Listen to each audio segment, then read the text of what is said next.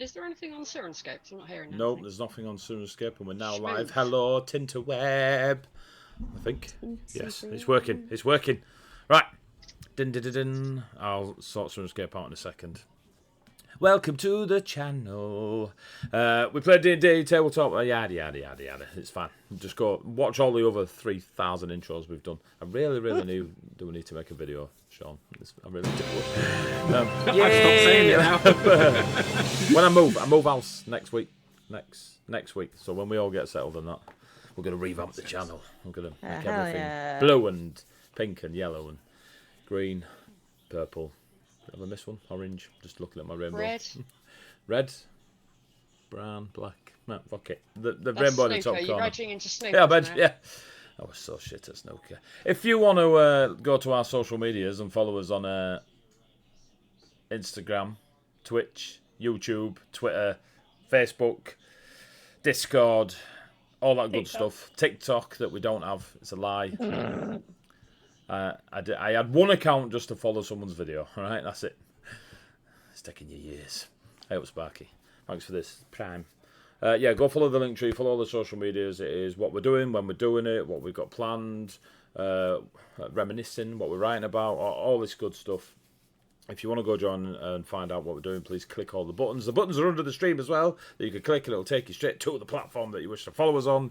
If you want to come and join us in Discord, I know everyone has got fucking 50 Discord servers, but if you want another one, come and follow it and we'll say hello and stuff.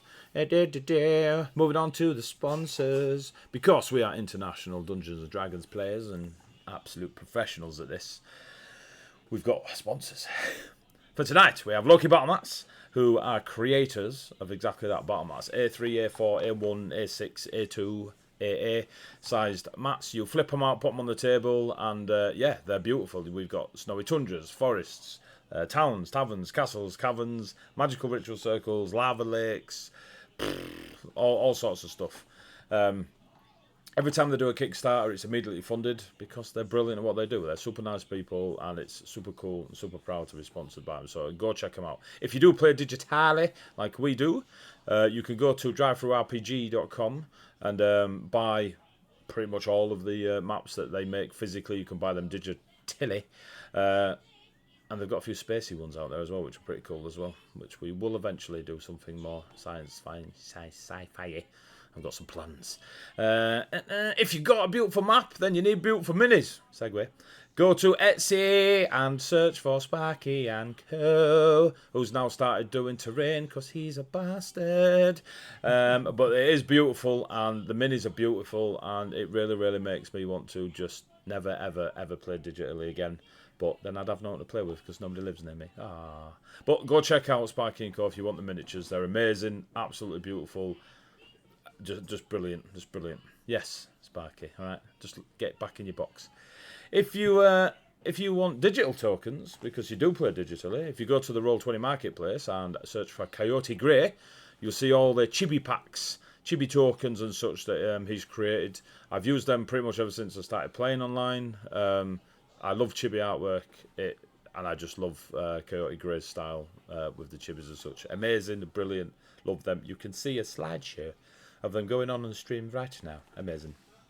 Now, whether you play around the table or online, who doesn't want a good ambient sound set of dragon fire and death going on in the background? Sirenscape, providers of said ambient death. If you want any form of a fair forest, busy town, sugar dates and pistachios, demon fights, scary mountains, eerie forests and mansions, they've got it all. If you've got a digital device or an electronic device that you have access to the internet with, you can log in, play it, boom, round the table, everyone gets to hear the spookiness that you're trying to create. If you play online, you can share the link from your account with your friends, and they will get to hear what you're playing as well. Look at that, maps, minis, and music. Living the absolute dream. Right, let's bring on the monkey face, Mel. It's the one that people all tune in for.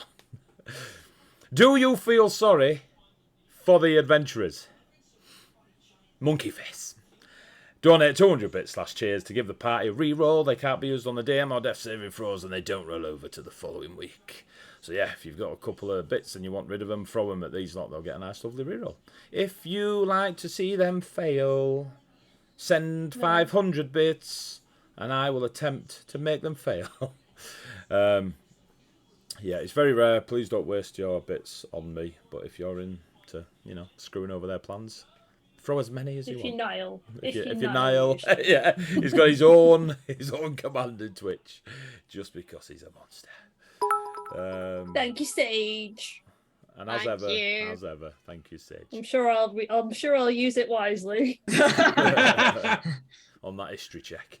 Right, so every year we do a charity stream, and currently we are raised just short of £8,000 by playing games, doing what we love to do ourselves, taking advantage of the Twitch platform, reaching out, getting lots of people to join in and watch, and hecklers. We've run one-shots, we've done a collection of one-shots, we've done different tabletop systems, we've played different computer games for several hours with friends and stuff over the periods of these 24 hours and 48-hour streams, and it's been brilliant, and we want to do it every year and keep it going for as long as we can, basically. So this year we're doing it for a week. A week long. So from the 24th, Monday, to Friday the 28th of July, the Monday campaign, known as When Glory Is Not Enough, we will be round at Rich and Amelia's house, sat round their table. We're not convinced we'll all fit in there, so it's going to be snug. But yeah, we are going to be playing a continuation of their campaign. It will be 60 hours of that week, so it will be 12 o'clock noon till 12 o'clock midnight. Each day, Monday to Friday, 12 hours a day, 60 hours for the week. We are going to play D&D. Gloria. Yes. The charities we are trying to raise money for, and there will be a shed ton of prizes to go along to encourage you all to give us your money and steal from your friends and give us their money. We are raising for Shelter, which is a charity that helps folks in homeless situations. Papyrus, which helps and hopefully prevents suicide in youngsters, and MS UK, which helps those with MS and supporting them through their daily life. So 3 very, very brilliant charities, and very, very I can't think of the word, but they're very close to family and friends of mine and myself. So the more money we can raise for these 3 charities, the better. But yeah, so we will shout about more of it as we get closer. 5 weeks, I think it is. And then there's loads and loads and loads of prizes. We've got dice to give away, we've got candles to give away, axe throwing, escape rooms. Somebody donated a £100 gift voucher to give away. There is maps, all sorts. We've got all sorts coming, and we will keep shouting about and letting you know what to do to win those. Just give us money. Just give us money, and you've got a chance of winning. So yeah, so appreciate all that, and yeah, as the lead up, we'll shout out about it more. I believe that's it before I go into the recap. You good? We all good? Right, now let's play Sunscape. Play Sunscape. Sunscape. Press play. Don't know how loud this is. We'll soon find out. Any minute now. Any minute. Oh, it's one of them slow burners. Oh, there was some screaming. Thanks. Yep. Love that. There we go. So that should be good. Let's have a look at you. Let me know if you can hear it on the in chat. If not, I might need to turn it up even more. It's super quiet on my end. It's scaring me. Oh, there we go. It's getting a bit louder. Last off. The party were, or still are technically, at the Darshal Adusian, a school for the gifted in the lands of Ravenholm.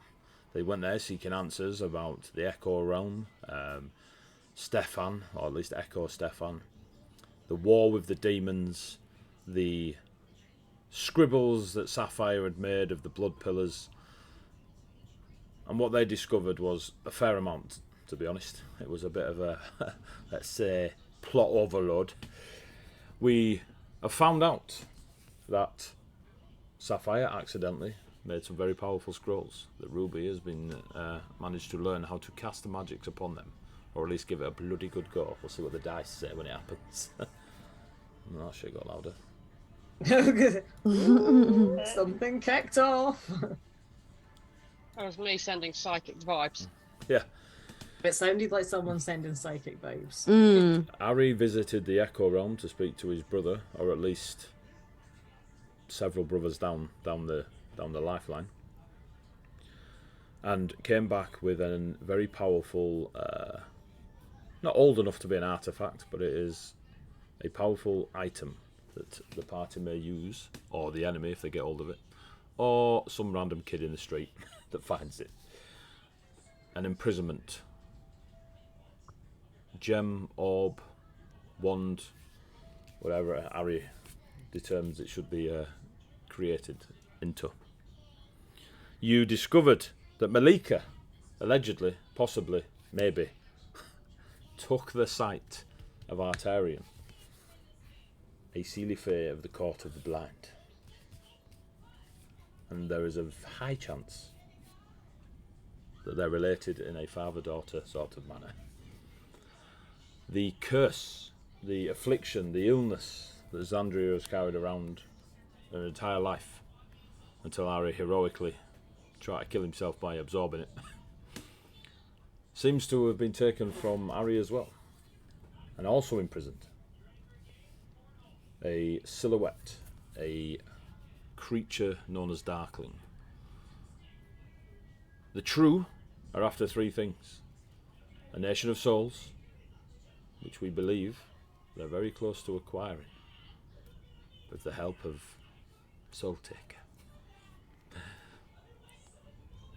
The ability to give life to what is dead without resurrection.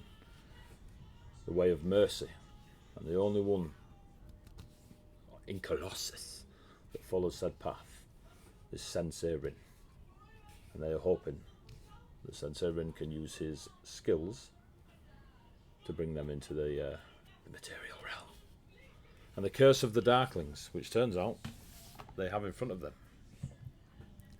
Whilst they were discovering all this and making great friends and visiting peacocks, which I saw at the weekend, by the way, it was magnificent. Just on the side of the road, just a peacock. Welcome to Wales. The Darshal Adusian was attacked. The fiends are currently in a enormous war / battle ongoing with the province of Eagles. Sent a small force at the Adusian. There was fighting on the ramparts, swinging in the trees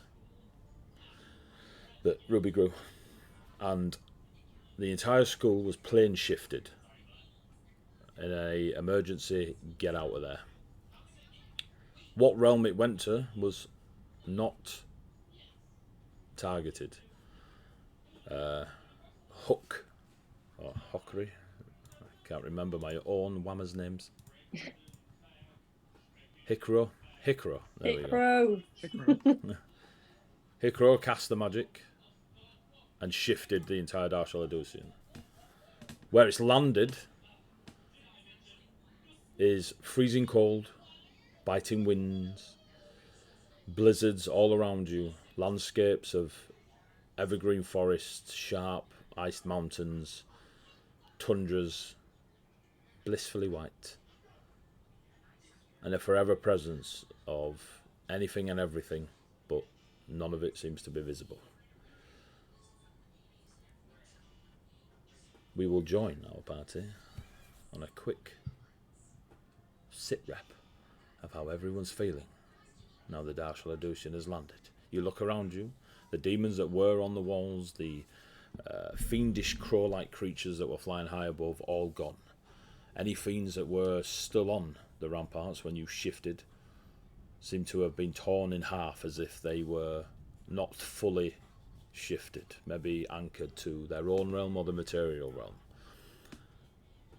as if a door was closed heavily on their torsos. You checking yourselves after the quick fight you had before it shifted? You've not heard anything yet of those around you, below or otherwise. You're all kind of just looking around, heavy breathing from the fight, adrenaline slowly chilling out. There is an eerie stillness to where you are. 3, 2, 1, off you go. Ruby looks out at like the raging wind and snow and starts reaching into a pack like she's not even thinking about it, and just says absent-mindedly, "Bit brisk out there, isn't it?" Sapphire has taking a straight up dive into the snow. At Ruby's words, Zandria's just like, Can't brisk. to say bye to them. Say bye. Oh no, Bye, bye, Lucy. Lucy. Stop growing. Go on, Bess. Making us feel. In response, Ruby pulls a spare cloak and what appears to be a large pair of thick socks from the pack and hands them to Xandria wordlessly. Let's maybe do this off the ramparts. Inside. Sapphire, Inside. as you throw yourself at the snow that has quickly formed on the area where you are all standing, can you give me a Constitution saving throw, please? It's mimic snow. Yeah, also. Yeah. They said no Christ. Viconia, Mother Kipper. You're in the realm of Adi now. Constitution. 16. Spaceship. 16? No, 15. 15. 15. Yeah. As you hit there and you start flinging snow on yourself. Literally snow angels, yep. When you've, as a child, when you see almost watching a new frost, and you stare at it for hours and hours, and you can see it creeping as it gets colder and colder in an area, and there are some plants or rocks and stuff, like I say, when you were nippers, the young ones of the clans and tribes would watch, and it's just something pretty to behold, the frost kind of reaching up. It takes a long time to do so, but the exact thing is happening to you now. As you hit the deck, you feel that frost immediately like reach out and cling to you, and you can feel the like tips of your fur go a bit stiff, as if it is ever so gently. There's no pain or anything, but you do feel a little. It's a little bit not as easy to stand up or flap your arms trying to do the snow angels as you imagine. And you quickly stand, and it falls away from you, and you can see it just settle. And then it is just snowing again. Waiting. But it doesn't seem to pull at you just standing on it. Okay. Magic snow. Fantastic. He is saying to, like, that's literally Sapphire out loud. Okay, that's what I was going to ask. Haha. Oh, man, why couldn't we just be in Viconia? I know we've got a job here, I get it, but I'll miss proper snow. This stuff is horrible. And he's like trying to brush it. Do we want to go and like sort out the Darkling downstairs? Yeah. Yeah. Ruby, give me a perception check. Or, yeah, give me a perception check. As you see a dark shape flying away. Yeah, towards you, spear-like. Is +4, so that is 11. 11. There's something strange about the fall of the snow. Like when you know a pattern off by heart and you see it out of sync. There's something off. You can't put your finger on it. Ruby will stand watching it, trying to work out what she is or is not seeing. Sapphire, you have a roll. Suspiciously glaring at it. You have a roll. Harry, you've never experienced snow. Rain, yes. It doesn't bother you, like temperature-wise. Kess, you're a lot more comfortable than, I mean, the experience is new. Sandria, you do you. Fucking hate this game. But yeah, have a perception roll, Sapphire. Okie dokie. Just when you notice Ruby staring hard at the flakes before you. That is very good. 22. Oh shit. Plus 8 perception, yo. As you This bitch no snow. as you start heading towards where the stairway and the broken ladders and such would lead further down, Ruby stops. Sapphire, you turn. You see Ruby kind of just like tilt her head slightly, staring, seemingly just in front of her. And then when you kind of look around her to see what she's trying to look at, you at first think that she's spotted danger, so you kind of hone yourself and you're really and you look, concentrate, focus, and then you click. The snow is falling as if it is on a loop. It's not getting any deeper on the ground. It's not getting any thicker in the air. The snow's just falling, and it's like it hits the ground and falls again.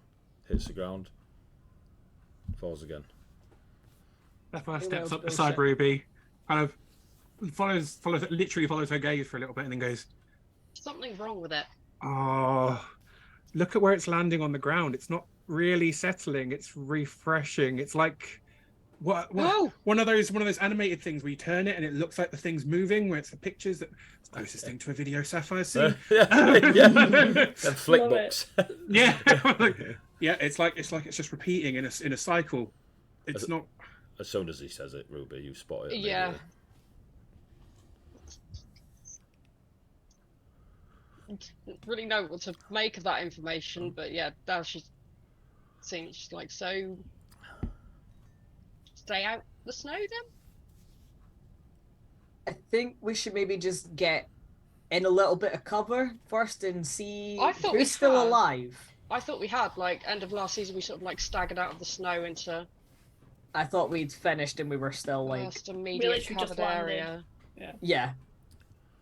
Like we were Yeah, it still was- on the parapet where we were standing when it got It was a bit wishy-washy Yeah. when we finished. schwumped into the sky and then schwumped into...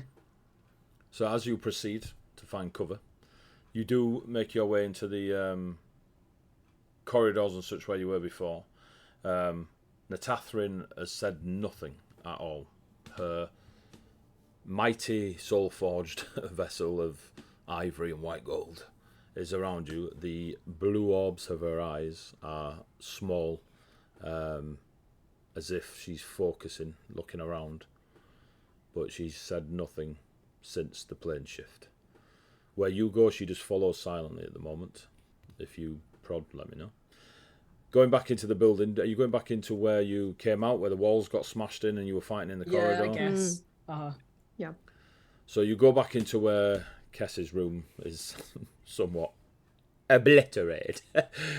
The hole, which yeah. was... just a vast... Oh, look, we can see the snow.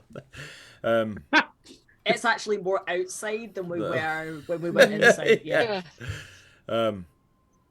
There's no sign of any of the students or the mentors. The last thing you saw of the Darkling imprisonment, Xerxes teleported away, sorry.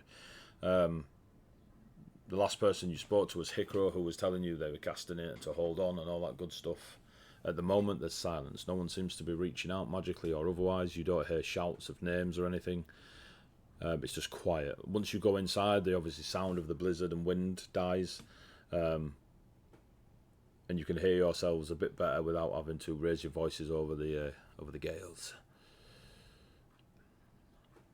So what's the plan? We should Where- see... Where is everyone? We'll Well- work through. Nobody would have been up here in the dorms anyway. We'll work through.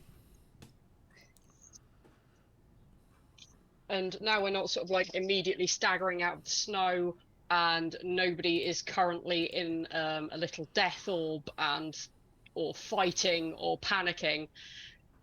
Cass and Ruby kind of look a little bit different than before Cass sent the message to Ari saying that we were going for a little field trip. Cass dressed pretty much the same as he was, but cleaner. Well, no, because it's what Cass was saying. Is like when he went through the. Well, yeah, but he changed back. Whereas Yeah, he you changed. No, had a he changed whole- back. He had like his whole, like normal outfit on, but I imagine it would have like put it back like. Had a quick spin dry. Yeah, Yeah. basically, like put it back on, like clean and pressed and fresh, and so small battle damage, but a lot cleaner than what Ari threw up all over him this morning. And Ruby's got this whole Artorian Celtic mishmash vibe going on. Is she still Cleaner, like? nicer Yeah, I was going to say hair. cleaner than she was before because she like cleaned up. Yeah, Yeah, Yeah. but then eyeballs burst all over everybody, so who knows So- now. Oh yeah. by So it's- Ruby standards, yes, she's pretty Ruby's still clean, cleaner than she but was before, probably. Yeah. The only dirt Ruby is showing has obviously come from the battle they were just in. Sapphire is like making his way downtown, towards where the creature was, just to make sure it's still there and stuff. But as he walks past, just a pat on Ruby's shoulder, and goes, "It's a good look." Just keeps walking. Maybe clean off the eye gunk. Just keeps going. Heading for the Darkling. So Xerxes teleported the Darkling away to wherever Hikro was. You were maybe told that it was towards the bottom of the Darshal Adusi. You spent most of your time at the top high levels, even though it is a massive ruin. As you are looking around, probably for stairs, Sapphire, you see a large shape, humanoid in appearance, slumped against a wall, a dark stain beneath them. You see their darker grey skins coming through where some of the clothing has kind of been ripped away, which seem to be quite fine silks and furs, but dressed as one that lived in Viconia or Savai or the Pride Mountains. You see Rose, one of the mentors, the Goliath mentor. She is definitely gone from this world. Horrifically so, it would seem. There are large slashes, claw marks through her torso, her thigh, and then a killing blow that would have been near the collarbone, hitting the throat and such. But there are small piles of ash and broken fiendish limbs that would take you days to piece together to create what this fiend may have looked like before entering combat with Rose. What you notice first, being the one, like, kind of not necessarily at the front, but just kind of looking for a way down,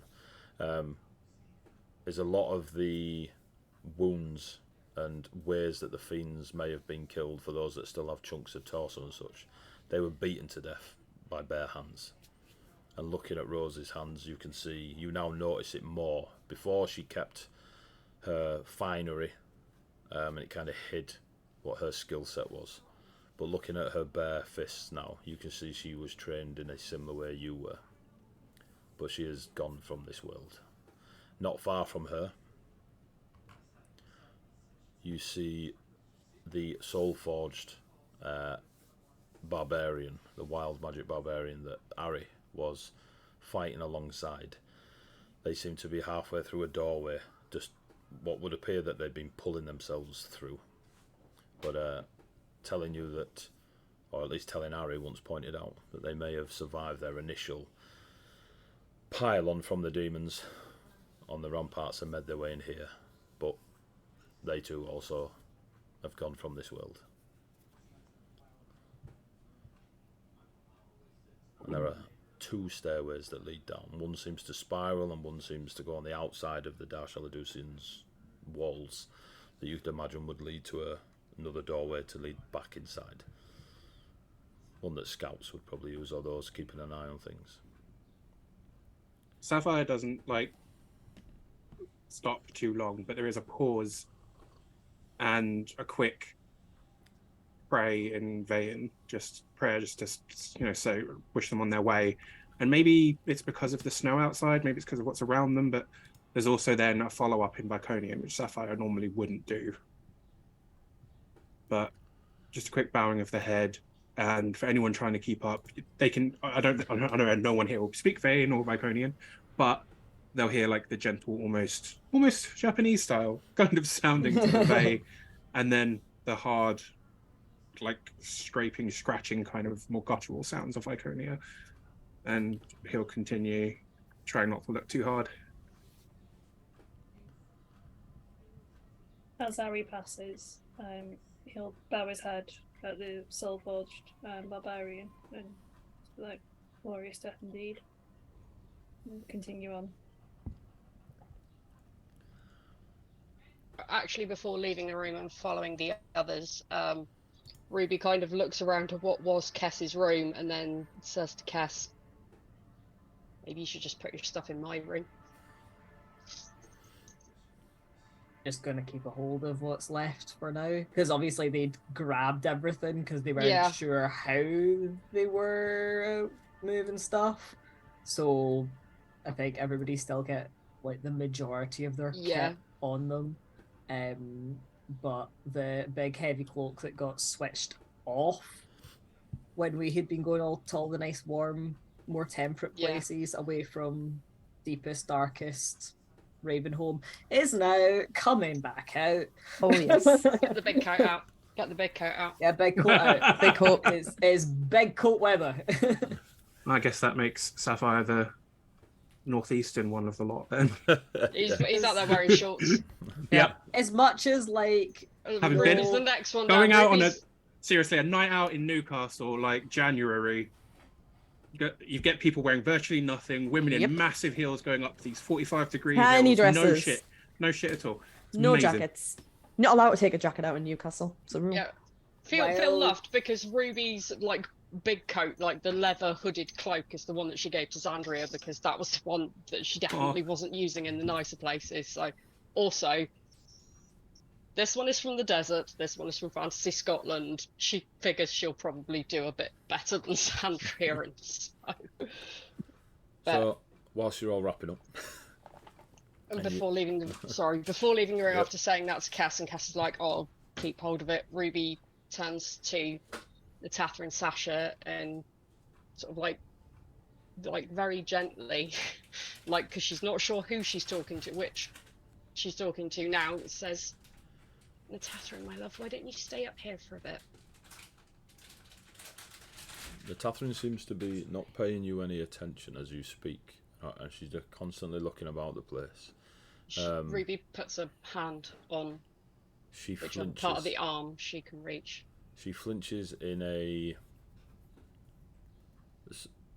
like she didn't know you were stood there. Not in a threatening flinch or like defensive flinch. She is. Ruby does like the. Sorry, didn't mean to startle you. She's just looking about the place. Right. She goes Rest back here to for a minute. ignoring seemingly her surroundings while she looks. Give me an insight check, Rubes. Rubes.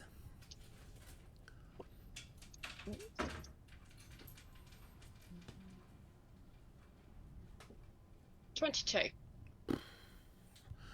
You've read a diary.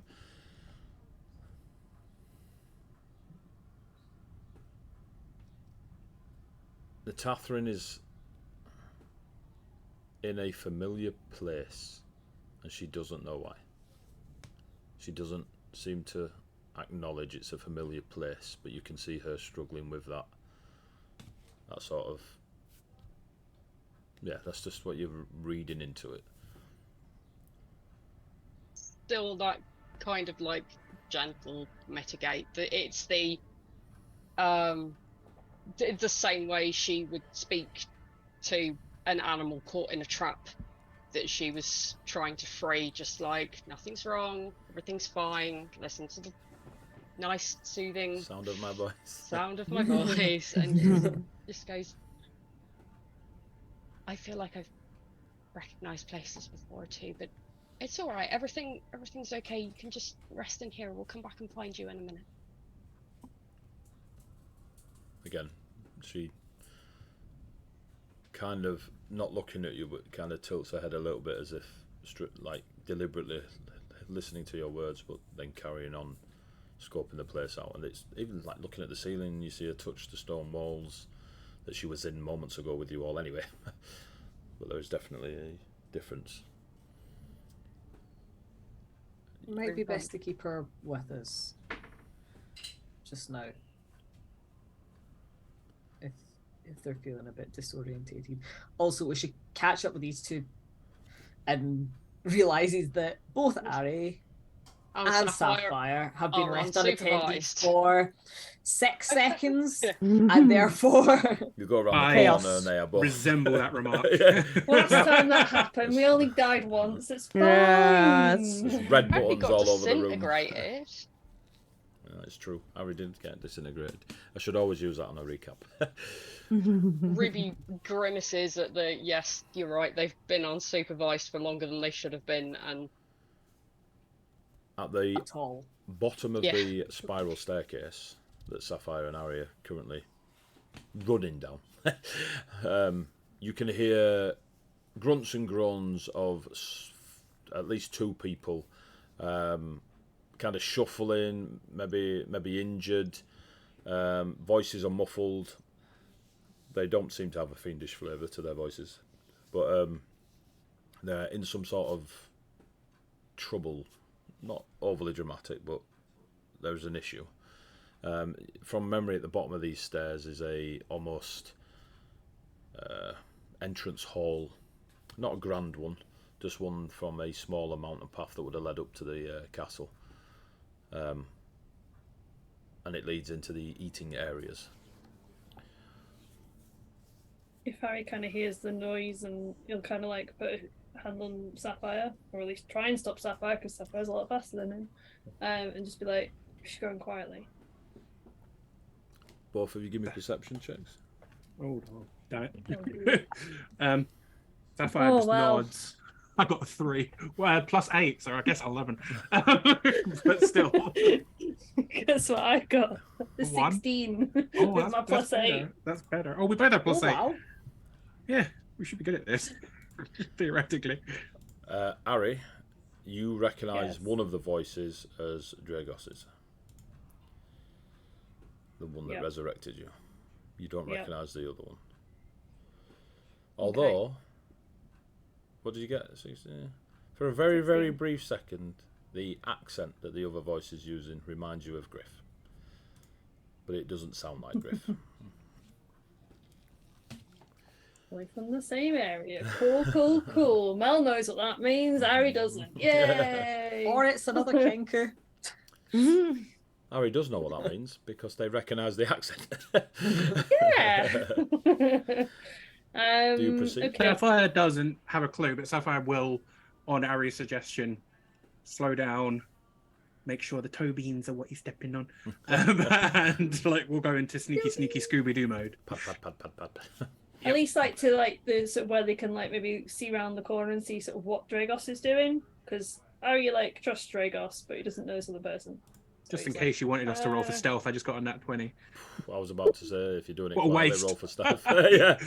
24. Right, well, you got a nat 20, so you're alright. But yeah, but you have like. oh, I got a 25. 18. Oh, God. All right. And on a D4.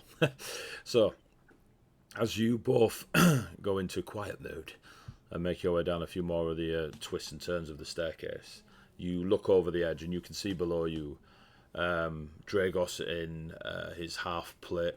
Is absolutely covered in, you don't even want to guess, but definitely one who've combated similar things to yourselves and been part of the explodingness of fiends. His hair is black, as it was when he resurrected you, Harry. There's not even a flash of blonde anymore. Pure black. His eyes are so blue that they almost light up in the gloom beneath at the bottom of the stairs. Not like torch lights, but just that sort of. If any of you have seen Chronicles of Riddick, that sort of sheen. And helping him is the person that you will have all seen in the similar clothing and cultural colours of Chukruani that Griff used to wear, the sort of Aztecian fashion. Again, covered in grime and grit and blood, and some of it their own, possibly others, bits of demons that don't disappear after killing them and such. They've both definitely been through it. What they're trying to do or struggling to do is there is an enormous corpse in front of the door that leads into the dining area. And this corpse looks familiar. Thick tusks, one broken, the tally marks and silver like rings that went on them kind of ruined and missing one. Huge scarred ears, dark grey leather skin, the long pink scars across their face and flesh. The copper greatsword that you saw them wielding before, in pieces. And the last time you saw this Loxodon was when they were entertaining Natathryn, or at least one of you saw them. I think it was Xandria. But Ramona of Nabat. Similar fashion to what Xandria and Kesfion wear, is just torn about them. There are scorch marks against the wall and the door and the stonework where it would seemingly taken a lot of magic to take down Ramona. who, by the way, Dragos and Amelia have took around here, trying to shift the Loxodon corpse. Well, exactly I think that. as Ari kind of sees that, he'll kind of like drop the stealth and kind of just come in and just try and help and just be like, what happened? You see Amelia, eyes kind of focus sideways, look at you, like you say, you don't know them, they don't know you. They look past your shoulder at Sapphire and just carry on trying to shift. And you can see that there is, in the makeup that they would have worn for battle, it seems to be tear marks through some of it. And they continue to try and move, knowing impossibly they can't do it by themselves. Dragos turns to you, and you can see up close now someone similar to have been stood on the wall for a shift and been fighting demons all day. There was just too many of them. We were all over the castle. I'm not sure. We haven't heard anything from Xerxes or Hikro. Mentor rose and he looks back the way you came. Gave us time to come down here, but they just appeared, apparated. And you look around the place and it's not a big entrance hall. You know, you could probably get the full party down there, but there isn't a lot of room to fight. And Dragos is like kind of pointing, and there's just arcane scorch marks all over this entrance hall. The small door that leads outside is obliterated. There's every now and then a quick breeze just kind of whips in and then back out, but doesn't seem to be causing any discomfort. We couldn't move. They just apparated, blinked in and out, in and out. They were swarming us. And Ramona here gestures towards the Loxodon. Well, didn't go down easy. I'm completely spent on my magics. Amelia here is out of... she just looks across at you. I cannot shift anymore for the day. And she turns back to Ramona. If we can get through here, we can follow through the other side of the dining hall and see who else is about. Yeah. Ari's already like trying to help pull with his very little strength. I was like, yay. Dragos is like, Dragos looks at Ari and is like, oh yeah, cheers, and is looking at Sapphire. Anytime. Yeah, well, I think anytime Ari's now, more bigger. kind of going past Sapphire. Sapphire was absolutely just kind of waiting for the right moment, and then we'll be helping. I just didn't want to interrupt. But yeah, Sapphire's absolutely helping. Between the four of you, between the three of you, there is a fair amount of oomph that gets put into it. Ari uses leverage to his advantage. Ari uses maths, yeah. 3 of them, 1 of me, equals moved locks. There, yeah. Press there, yeah. And you do... And pivot. Yes, unfortunately, unceremoniously shift Ramona out the way of the door. You can tell just by the markings and wounds they've taken, it was to the front. Whatever happened in this room, Ramona faced it. But the door is now there. Dragos steps forward and opens the door, and as they do, there is a horrific stench of decaying, rotting flesh from the dining area that you were in before. There are 2 more corpses in the dining room. One of them you know to be from the province of the Lilies, Ari. You saw them before, didn't approach, they kept themselves to themselves, etc. But you hear Dragos and Amelia say words of respect for the fallen, for Doru of the Lilies. And probably catches your ears first, Sapphire. There was mention of Doru's echoes joining her in the afterlife. In the afterlife? At the double doors of the hall, are you all just following in Dragos, like Oh yeah. down everyone down the stairs, and etc. Yeah. So as you're all in the dining hall, at the double doors that seem to have a magical glyph just hovering in front of the two where they've come together, you see the body of Hikro,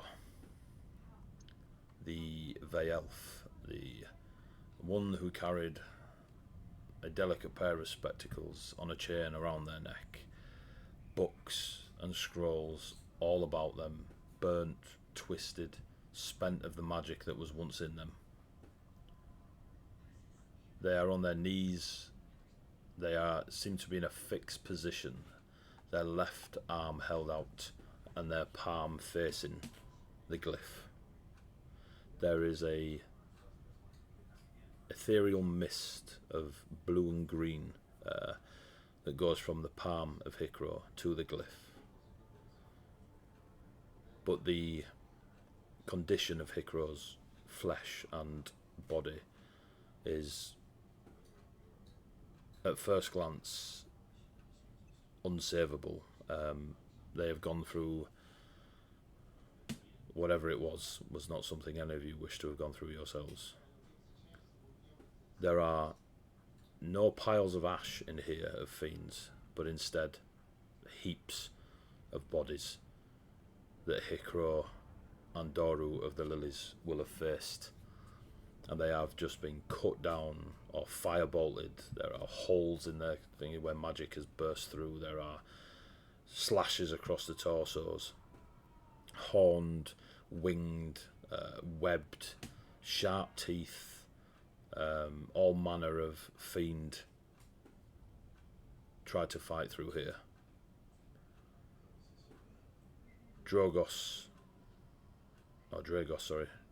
goes over to Hikro and checks them, puts a hand on their shoulder, and in Vey, which you obviously recognise, Sapphire, wishes them well in the afterlife, and turns to mainly to Amelia, but then to yourselves secondary, and just shakes their head to give you the signal that Hikro is also not of this world anymore. However, the magical glyph remains in place.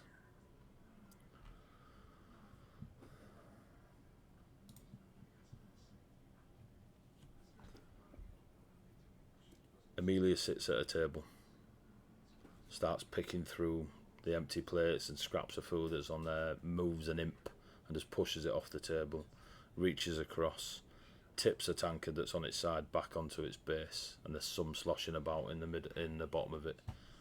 She just nails the ale that's in there and puts it back down, wipes her mouth, adjusts her red and blue scarves and the bright oranges, ties a bit around her torso, and just sits there staring at the table.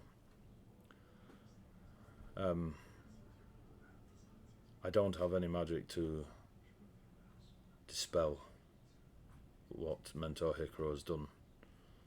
We could probably find another way if we go back up, but I'm worried for the rest. I'd prefer to go through here, but we can go around if necessary. It is a protection glyph that if we just walk through will, I assume, hurt. But I don't know how it's still present, but Hikro is not of this realm anymore. I can try.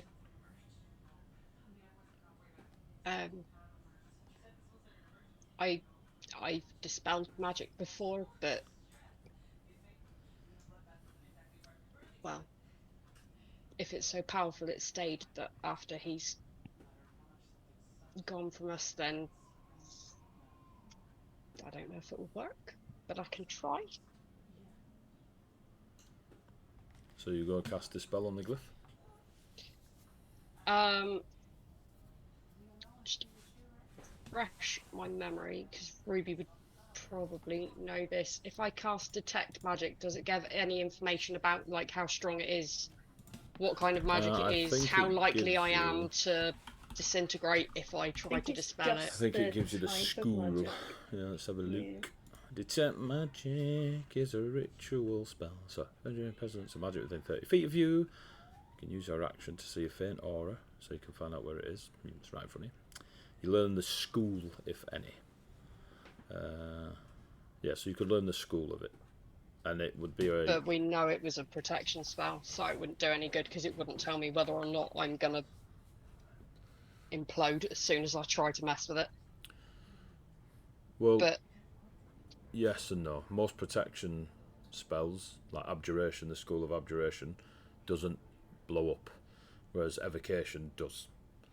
So it might be protection in the wording of I cast it to protect, but it might not be of the protection school, if that makes sense.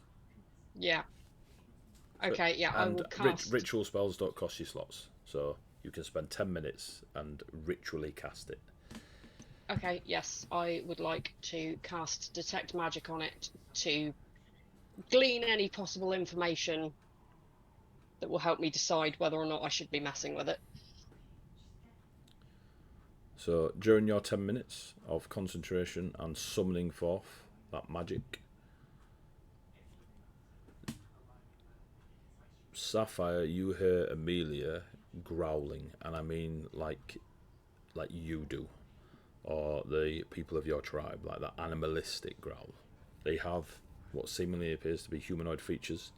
They're very lean, like athletic lean, and they do have an element of your kind of gait as they walk and such around the dining hall. And she seems to be minesweeping the tables for whatever is around.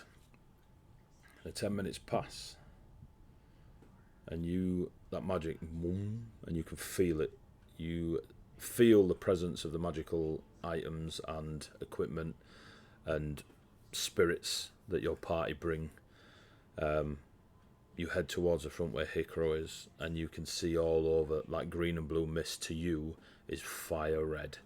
And the glyph itself seems to be alight with flame, and you know this to be an evocation spell, so a spell of offensive magic.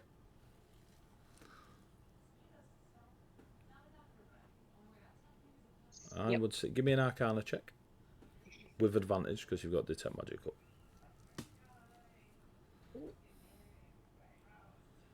That is a flat 19. The spell wasn't completed, so it seems to be in a state of cast, taking form, and whatever's happened between Hikro casting it and Hikro dying, it's left it in a unstable, not finished spell.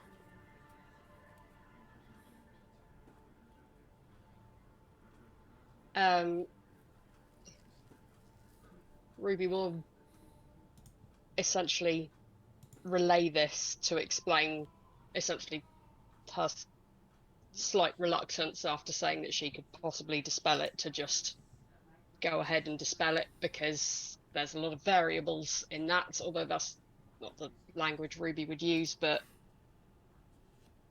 there's a lot of potential there to end up missing your eyebrows at the bare minimum.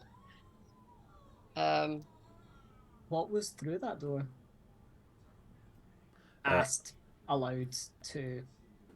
It leads out to... Let's be honest, Dragos, because Amelia's kind of busy. The main courtyard where the rest of the castle kind of feeds onto. It's just the easiest place to get to other places. It's like a crossroads of sorts. So yeah, it was keeping the little assholes out. Got it. I mean, we can just go up and around. It just takes a bit longer, that's all. It's probably will be realistically quicker to do that, but sounds safer. This all kind of kicked off once that creature was out of Ari, and they were looking for the Darkling curse. Is that maybe where their energies were focused on getting to? I don't know what the Darkling curse is. It's important, but I don't understand it enough to explain it. That's kind of aimed more towards the party, a pondering aloud.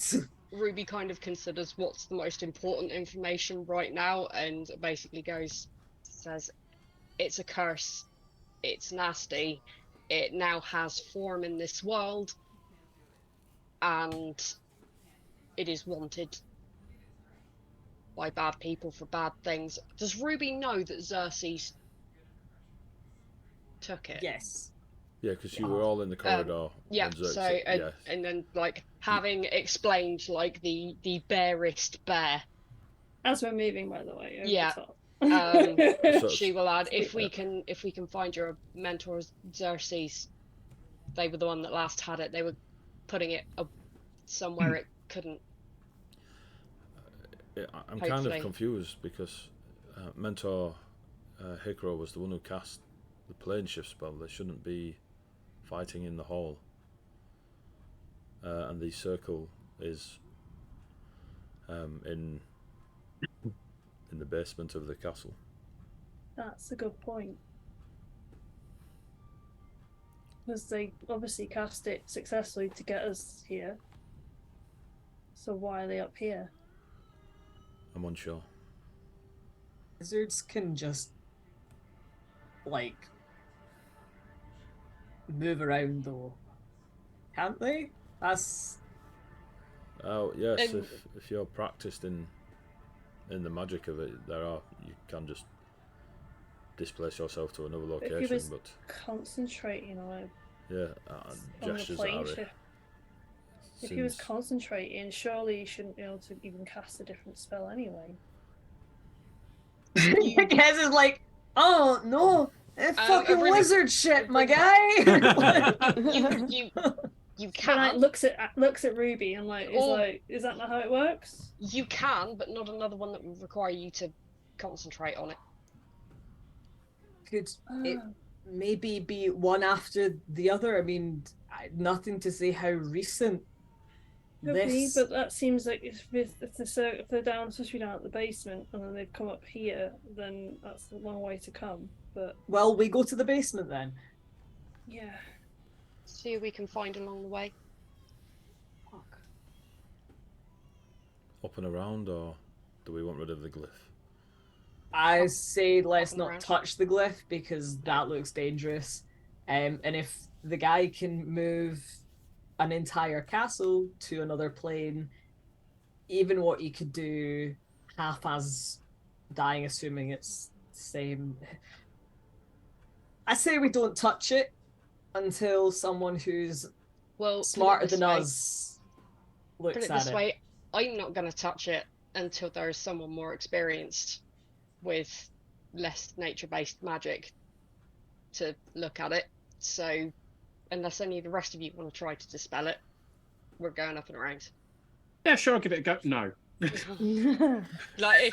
you said that even as a joke, you literally just like this little hand reaches up from fire, you just get a little thick ear. I would like to rage, half damage, walk into the fireball. Hey, Bucky had dispelled it, just saying. So. Yeah, with his face. Bucky was a wizard, though. Yeah, but the timber carries are all liabilities. Yes, Ruby. Yes, they are. And a paladin. 14 classes. Heading back up the way you came. Levels. Heading back up the way you came. Just retracing your steps and then going down the broken ladders and stairs and the makeshift ropes they'd put in place to lower down into that main courtyard area. It does take a bit longer. The frost that tried to give Sapphire a cuddle, as you are all kind of walking across, it is akin to if you were paddling in water ankle high, and you just kick the water and it splashes out. Imagine that was slow motion. So as you're walking, you kick up the frost, it kind of hangs in the air, just kind of reaching out, and then slowly sits back down on the floor. And you potter along, climb down, you hear the wind, the blizzards. Sapphire and Ruby check on the snow, still in a loop, following Dragos. Dragos We'll point out to the rest of the party just in case it becomes useful to know. the ultimate tactic in a battle. He's like, as just figured that's what Snow did. Fight the snow. But we'll be interested to know how long it'll be before they realise that we're here. At that, Drea just kind of goes. The fucking beacons are lit when Xandria's here.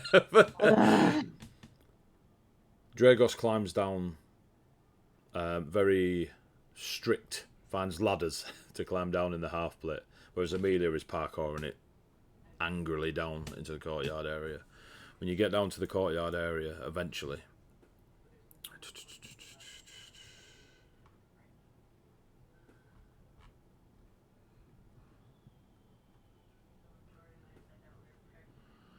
you see a familiar face, or at least shape, maybe 3.5 foot high, if they were stood up and not laid on the floor.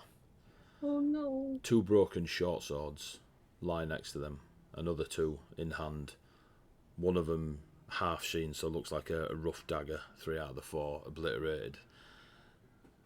Around them, in almost a perfect circle, are bodies of demons, devils, fiends, things that have flown at this halfling, things that have clawed, spat acid, breathed fire, brought weapons of their own.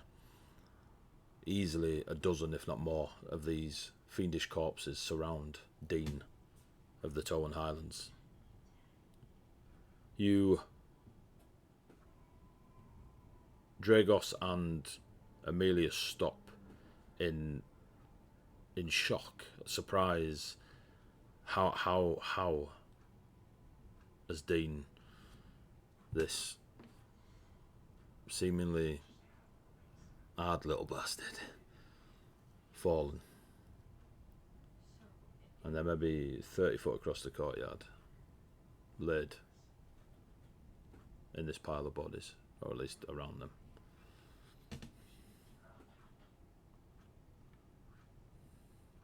Ruby blinks in surprise because the last she heard of him, he was messaging to say that he was staying behind to fight. But in any case, that doesn't seem to matter much now, so she will go over and, as the others have with the fallen from their own cultures, she will start, beseeching the Drydacker, the oak in particular,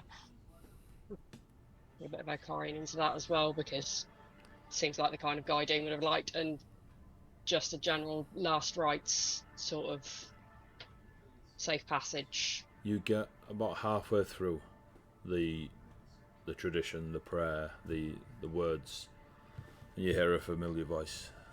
Easy now. Don't be finishing that. I'm not gone yet, lass. Oh, that's good. I can finally not have the entirety of the local populace on the dead side of my notebook. And Dean kind of pushes himself up, scratches his beard, looks at his broken swords, except the one good one, puts it back in one of the sheaths and stands, brushing himself off, looks around at the corpses.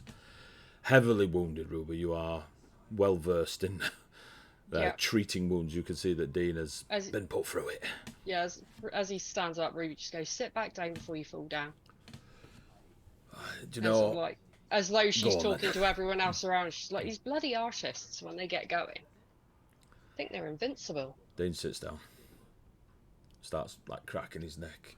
It hurts. Rolls his shoulder. It hurts. Hold on, what have I got left? Do I bust out a medicine check, or do I bust out a healing spell? Dragos, you got out left in the tank? No, Mentor Dean. Apologies. Berate. No, I do. I'm just trying to work out which levels my healing spells are, so I know how many.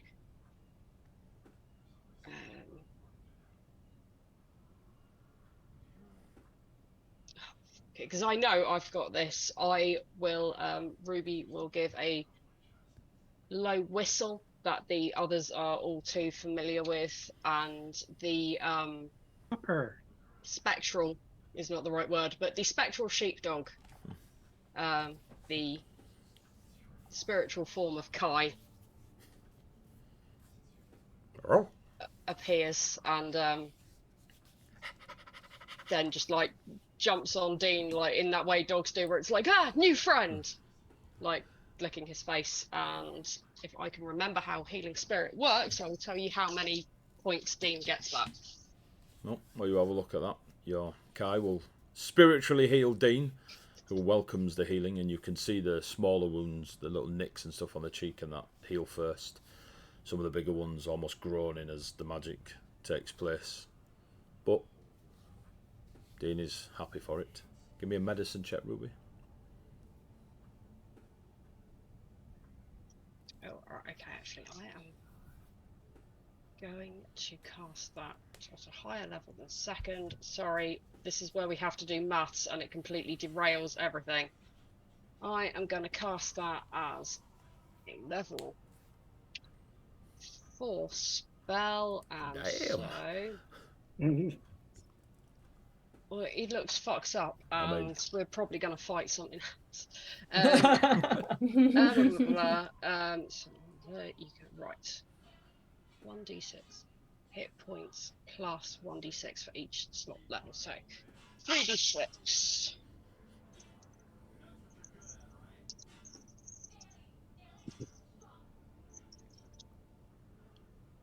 So that is 6, 9, 12. 12 points back, yeah? Mhm.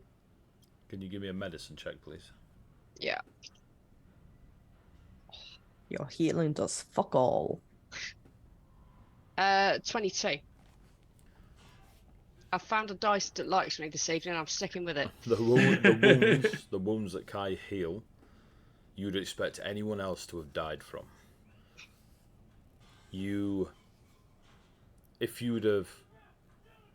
If Dean had not like woke up mid prayer, just at first glance you'd have swore dead. Yeah. And it reminds you of those of the orc that are known as hard to kill and will fight on until their spirit leaves their body. Unconsciousness means weakness to those of the orc. If you die, walk it off. I walk it off. Yeah. Yeah, so Get a blue paper towel. Yeah. Ruby gives him another look. Like, you really are one of his, aren't you? I was nearly sat next to him for a while. Not just yet, though. Starts giving Kai the old rough and tumble scritches. Like just pushing him on the floor and puppy playing with him. Every now and then the hand goes through a little bit, it's a bit scary. Yeah, I'm gonna keep it up for now because I think I've until the spell ends, because it'll last up to 1 minute. That's alright. Number of times equal to 1 plus your spellcasting ability modifier. If I can remember what that. On your spell page usually at the end. Dean gets up, walks over to Dragos. Before he's even set up, Dragos is Mentor Rose and Mentor Hikro. They didn't make it. We've lost Karina and Dora as well, and then Dean goes, Ramona. Yes, Mentor Dean. Well, she'll have died doing what she loves. Right. I sent Radu ahead with Mercia. I've not heard out from Xerxes. You say Hikro died? Yes, in the dining hall. Thought you were casting the spell. Might have got hit on my head. Did he come past you? He didn't come past me, and if he did, they didn't help. Are we sure these Tessa's still just like, wizards can just pop in and out of places, guys!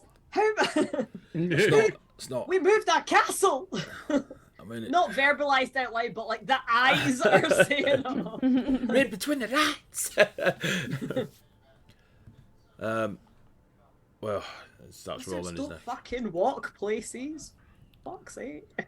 So at this point, you notice Amelia stood right at the edge of the ramparts, just looking out across the tundras. Dragos, you stay with this lot. I'll go check in on Amelia. And Dean. Thanks for that, Ruby. Thanks for that. Anytime you need a broken short sword, I'm there for you. And he just walks off towards Amelia. Dragos turns to you lot. Down or?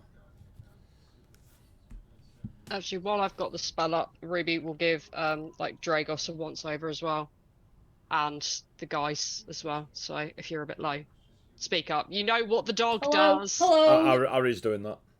Yeah, Ari's sort of like reaching for the like trying to go like here boy, here boy. Be my friend. Where's I this? So, as I can't remember exactly how well the dog No. works, would I be taking away from it if I also stand in the aura? Like, I No, don't want to. Ari needs it way more. However, if it's just going out to everyone in the aura, I'll go It's hang singular. out. It's targeted. Is it singular? I Target? I Okay, then, think yeah. I have to tell it to do it, otherwise it just It's knocks just around give it looking to like Ari. a spirit. It's X Focus on amount Ari of then, people. Because fine. I have got, I've worked it out now, 5 total, and I've used 1. Yep. I'm Yeah, just focus marking. on Ari But until it Ari's. does run out So- in the next 54 seconds. So Yeah, so for the next minute, I've got another 3, because we'll give Ari. I'm holding. Oh, bad luck. You get 5, 6 on my 3d6. Sorry it don't about bode this. well Excellent. when someone healing you says unlucky. But yeah, before I pour the other slots into Ari, anyone else? Dragos looking all right? Amelia, nobody looking like looking like they're about to drop dead. Amelia has less wounds on her from when you first met her. Well, All right, okay. She's that She cool. she doesn't need a slot from the dog then. That's fine. Saf seems alright. Kest seems annoyed, so he's probably fine. Yeah, Sapphire's only lost about 40 hit points. Somebody got disintegrated. Yeah, and then Ari needs. resurrected. Yeah. Look, That's there's what I only said, go so for many Ari. times you can ride that out. All right, yeah, we'll give the other 3 to Ari. So take another take another 11. How many did I say I got right? I've given you 2 now, haven't I? Yep. So that's 3. And take another, I think, 9. Wow. 4 uses of the spell. And last one. Take another 11 plus 4 is 15. Bloody hell.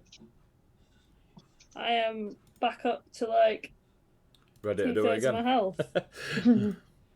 Well, give Thank me you. another disintegrate. Let's go. There's no. Listen. Listen. He'll just kind of like keep scritching the dog and just be like, He's a good boy. I could leave him up for the rest of the minute if you like. He just can't do any more healing. But he's a good boy. he gets like the best scratches behind the ears. Like, so he's just like, It's just emotional support now. Yeah. Yeah. And Ari needs that the most. Harry needs that. La, la, la, la, la. The more you go down, It's you did all that. I can't be blamed for that one. It's nice. There's less and less ruin down here because it's the foundations of the fortress. So whatever decimated the upper levels, obviously was saved from the below. As Dragos leads you down, the stairs become wider and less singular staircases, and there is what you would assume ways into the lower levels that are beneath or deeper into the mountainside that you could get to from different paths at various heights of said cliffs of where the castle is situated. You're not entirely sure how much of the cliff came with you, but Dragos is quite quiet as he leads down. You get to an area that is chandeliers on the ceiling, missing all of its candles. There's 3 of them. It's a grand hall, but one you'd expect to be further up and not going downstairs. That you'd expect it to be a bit grander for whoever hosted, but it does have that feel of it. Harry, it's looks like a posh place to you. And there are several statues, some broken, that have fallen out of their alcoves that are all around this hall, and you quickly surmise that it is like a display place, not a social place, although folks would have come here to see. I guess, students and mentors remembered in statue form. There are a few that are still intact. There are plaques that are in the stonework beneath their feet, but it does seem to be a display hall of many, many different types of races and flavour of fashion that are in these alcoves. Near the back, where you're coming down the stairs, you're kind of coming from a side door, so you're kind of coming midway into it and you're seeing it sideways on instead of someone coming in from the main doors. Across the way, there is a large singular door that it's not a double door, it's a single door, but big enough that 2 of you could walk shoulder to shoulder through it. Stood outside it,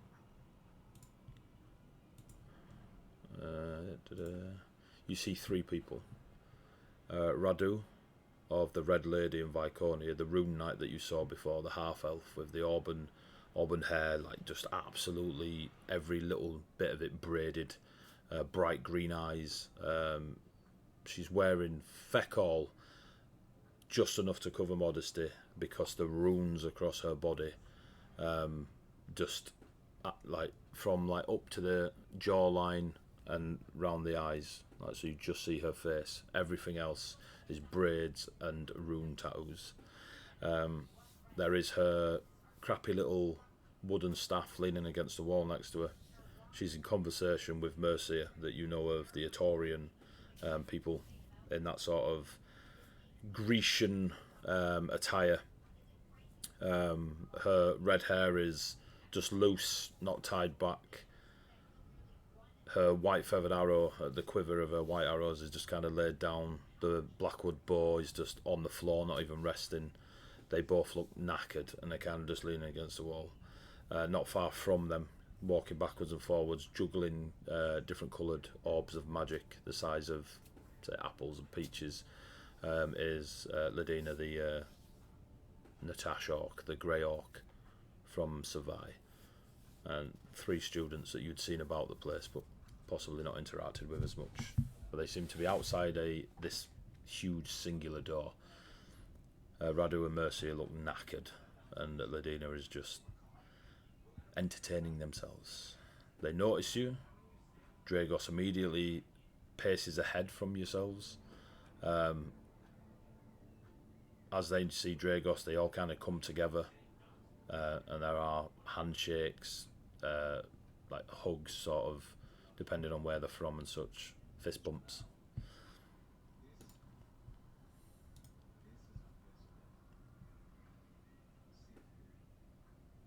Dragos is distracted for a second, then realises he's just walked away from you lot, turns.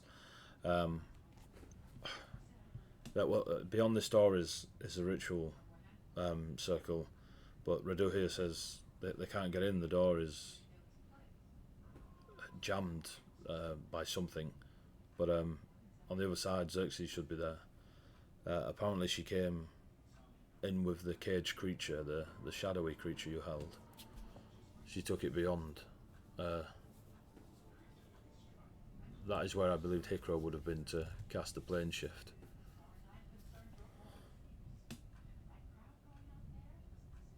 And 3 people look at the other 3. At least one of them seems able to cast magic and goes, jammed with magic or just stuck? The grey orc, Ladina, stands forward and I might be wrong, but other than the grey orc features, So the grey skin, short black hair, brown eyes, the way they sway towards you. You look at Harry, look back at the orc, look back at Harry. Same bitch. Probably for a moment go, there's fucking two of them. And Ladina, she steps forward. Definitely jammed. Magic is usually used here, but Xerxes has not caused the jam with magic. And alas, none of us are strong enough to push the door aside. Maybe you. And she steps past you to Sapphire and strokes his shoulder, just juggling the coloured orbs. Mighty as you are, Lion of the North. Sapphire's like a little bit taken aback. He's like, good. I want an excuse to smash something, so if it's possible, yeah. Raises an eyebrow at this sentence. Like, there's a little bit of crimson coming through on the cheeks, just under the face. Oh, Sapphire's like, Ruby, I don't know what's Ruby happening. gives you this evil little look, like, yeah, you fucking like it. Sapphire's also like just kind of looking up and down, sizing her up. Just like, oh, huh. I Is do this- not is hate this- this. Yeah, is this my type? Well, we need to get Harry's trying through. not to look. Trying not to look. Gonna get in Uh, trouble. Yeah, Sapphire's just like, oh, I'll give it a go. Feel free to contribute. Who do you say that to? Orc. She looks at you, looks at herself, adjusts her similar attire to that of Harry's in that sort of Teutonic sort of jackets and the double, that whatever. Double-breasted. The fancy boy clothes. The fancy weird clothes. You do see the charm bracelet and necklace that she's wearing, and all the charms are made of stone, and they're shaped like small animals, like swans or I was gonna fucking hell. Or Big swans, wee swans. no, so swans the size there's of your a head. lot of the charms. Deuces. A lot of the charms are shaped like small animals, such as swans and other creatures, and small weapons like swords and axes and stuff like this. Like you know, the Pandora things. Yeah. Which is Fantasy Pandora bracelet. and necklace.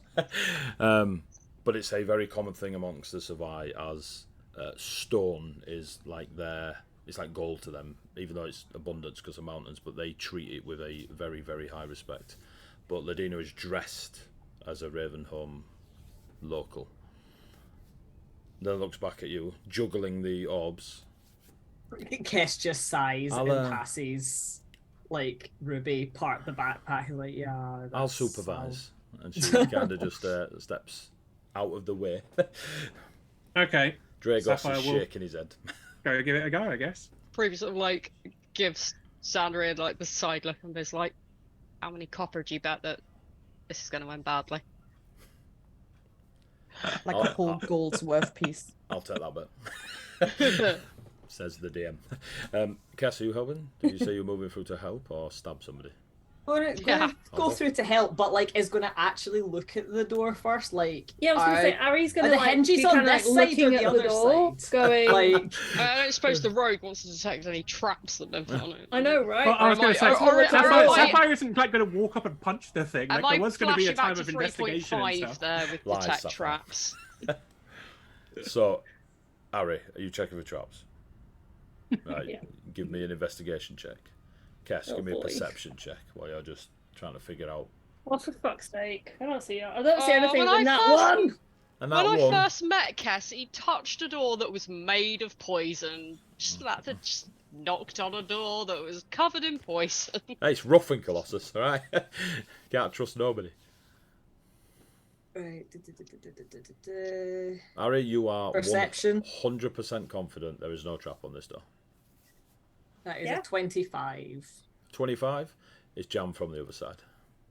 Yeah, but It is physically That's- jammed. that's not.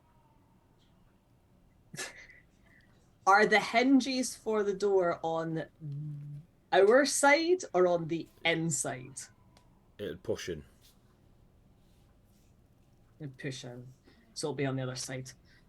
Okay, it's just because that is either a right, we shove a bench under and we give it like a wedge and like scooch it up and off, or it's take just the a hinges brute off. force or brute force it appears to be brute force. Okay. And Ari That's has cool. confirmed. We got brute force. Ari's confirmed it's not trapped. I was confirmed there's no trap, sure. It's fine. Just before Okay. everything goes to hell's like, do you want me to summon an earth elemental to help with this, or I could try grow plant on the door. If the door is made of wood, I might be able to turn it back into a tree. I mean, resurrect the door. That's brilliant. Like, if anyone could increase my size or anything, I'm just going to rage and go for it. But if anyone can make me bigger, I get stronger. Alternatively, if we've got... Ladina waves a hand across to you.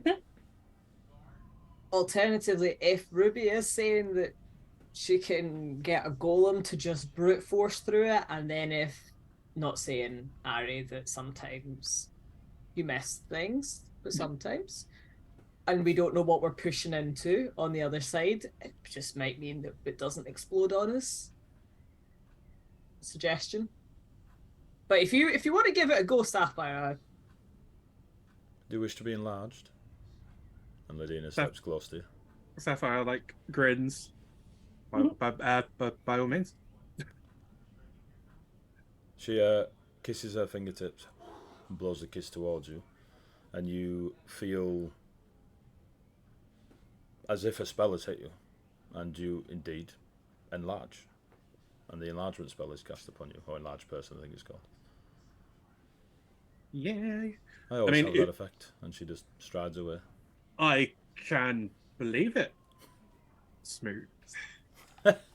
It's so weird playing a non-charismatic character. Like, don't get me wrong, Ruby. If you want to, I'm happy for assistance. More the better, but. You all see Sapphire now take on like a 12-foot Leonin monstrosity. We'll be honest, not sure how much I can really help you at this point. I will say it's probably a singular person now. It's the doorway. Yeah.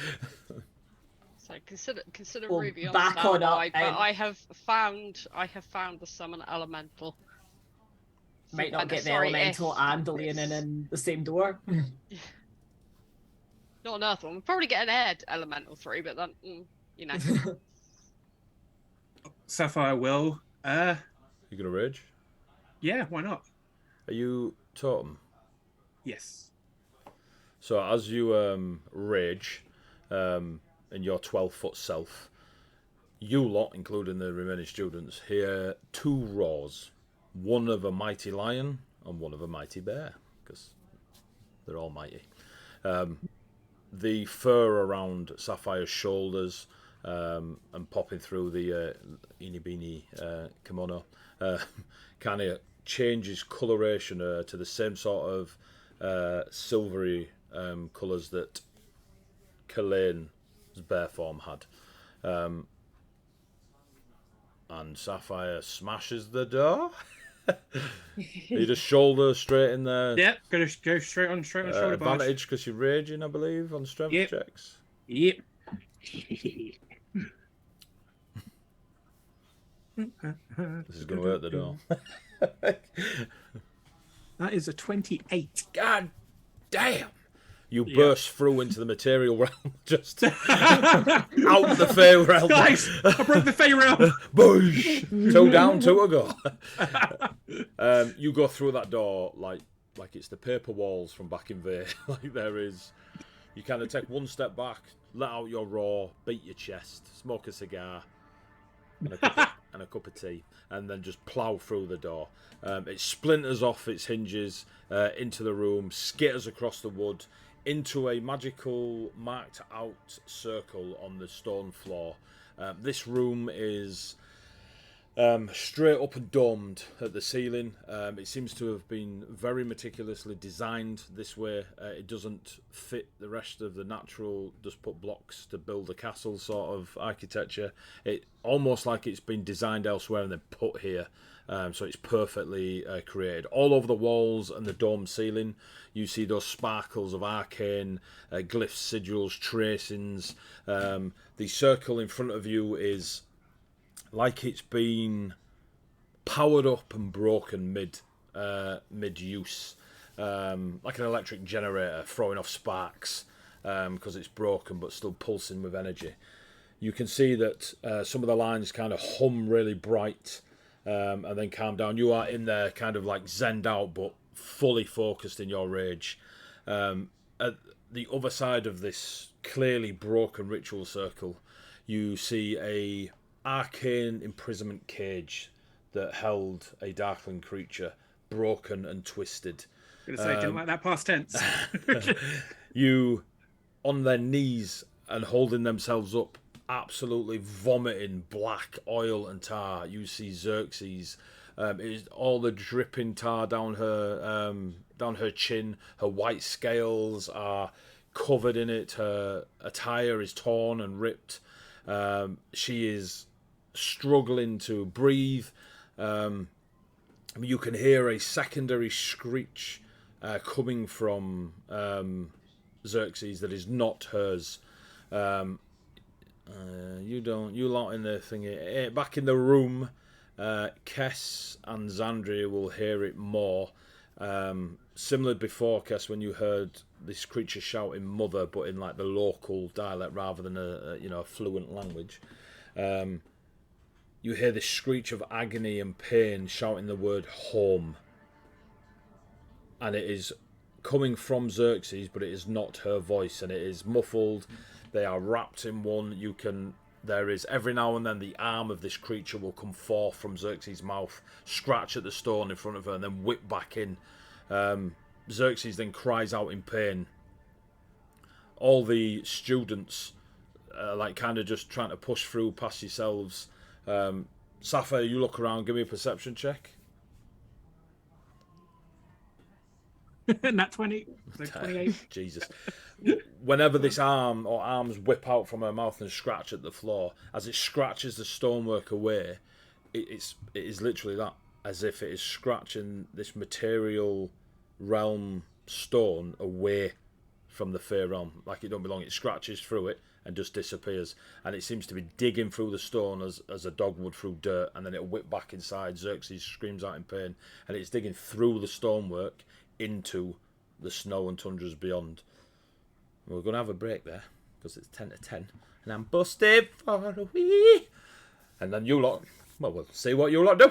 Right, we're going to have a quick break because I need one. Don't go away, come back, blah blah, shout. Yeah, see you soon, bye bye, break time.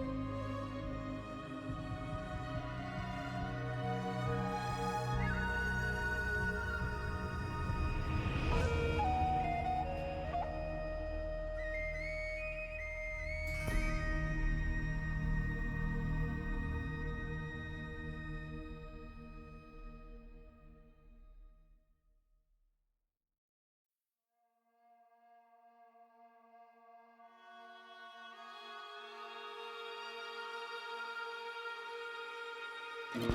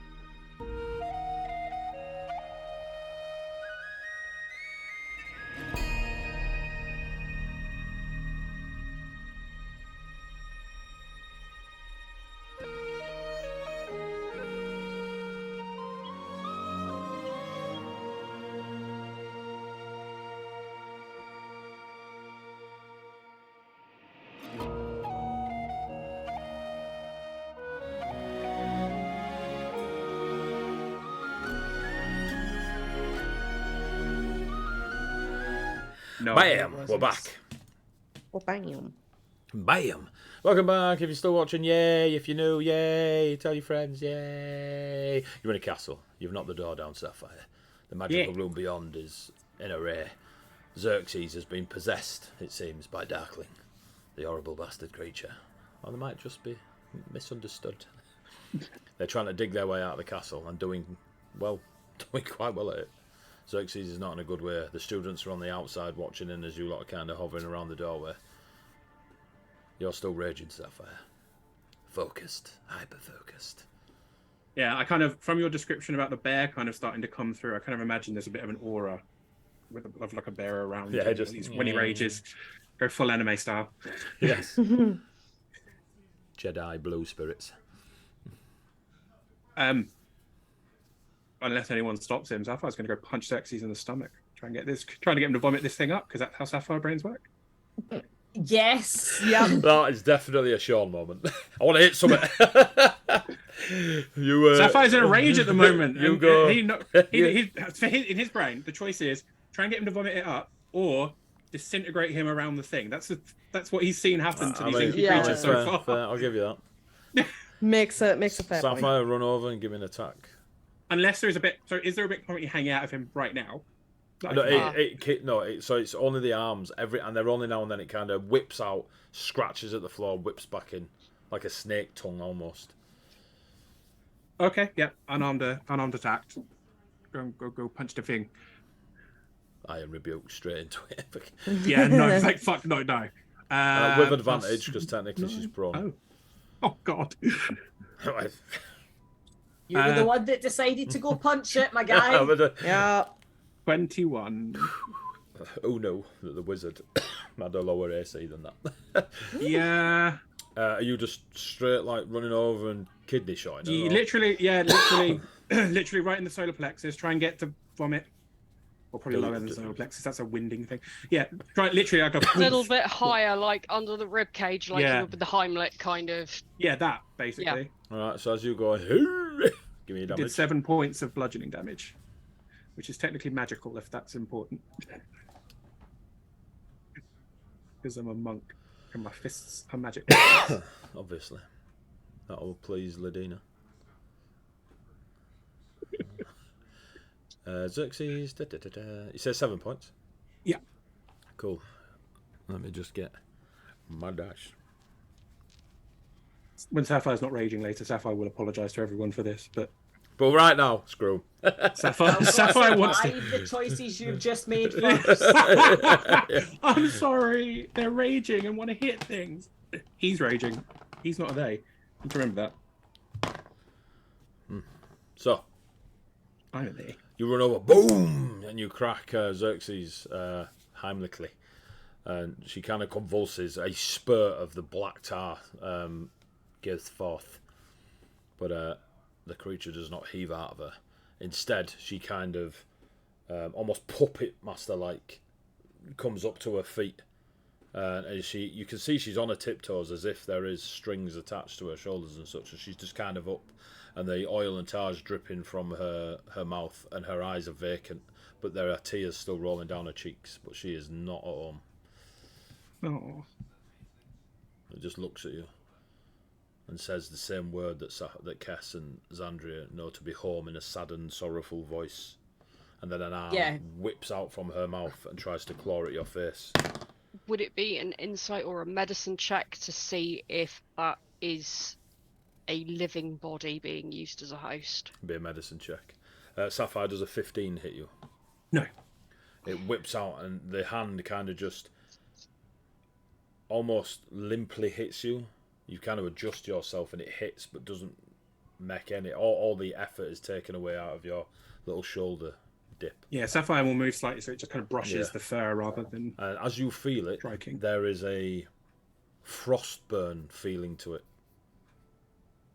Rather than a fiery burn. It is. Oh, okay. And the second hand, were you doing your medicine check, Rubes? Yeah, I got a 17. There's a 16 at you. I think that's a 17. What's my medicine? So I thought I put 16 Sapphire on the second hand. No, sorry, that misses as well. No, it's like possible. Yeah, it's a 17. Two elbows just like waving around out of Xerxes' mouth. 17, Ruby? Yeah. Xerxes is alive. You can see the warmth in her scales, the odd breath, like her nostrils kind of flaring a little bit. She seems very much alive.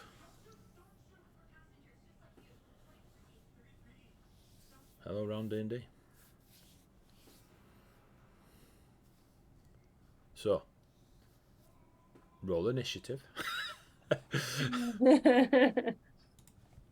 This is I just got a nat 20. What? What? Awesome. What? And you see, there I was really pleased with the 24. Oh, this isn't good. That's embarrassing for a monk. Right, so I need Sapphires. Sapphires was 12. Damn. Harry. Yeah. Harry. 30. 30? That's disgusting. Oh, yeah. Jesus. That's 20. Fuck me. Ruby? 24. I mean, that's high. Guess? 24. 34? 24. All right, shit. The bed. I was like... Xandria? I can do 34 if you want. 21? 21.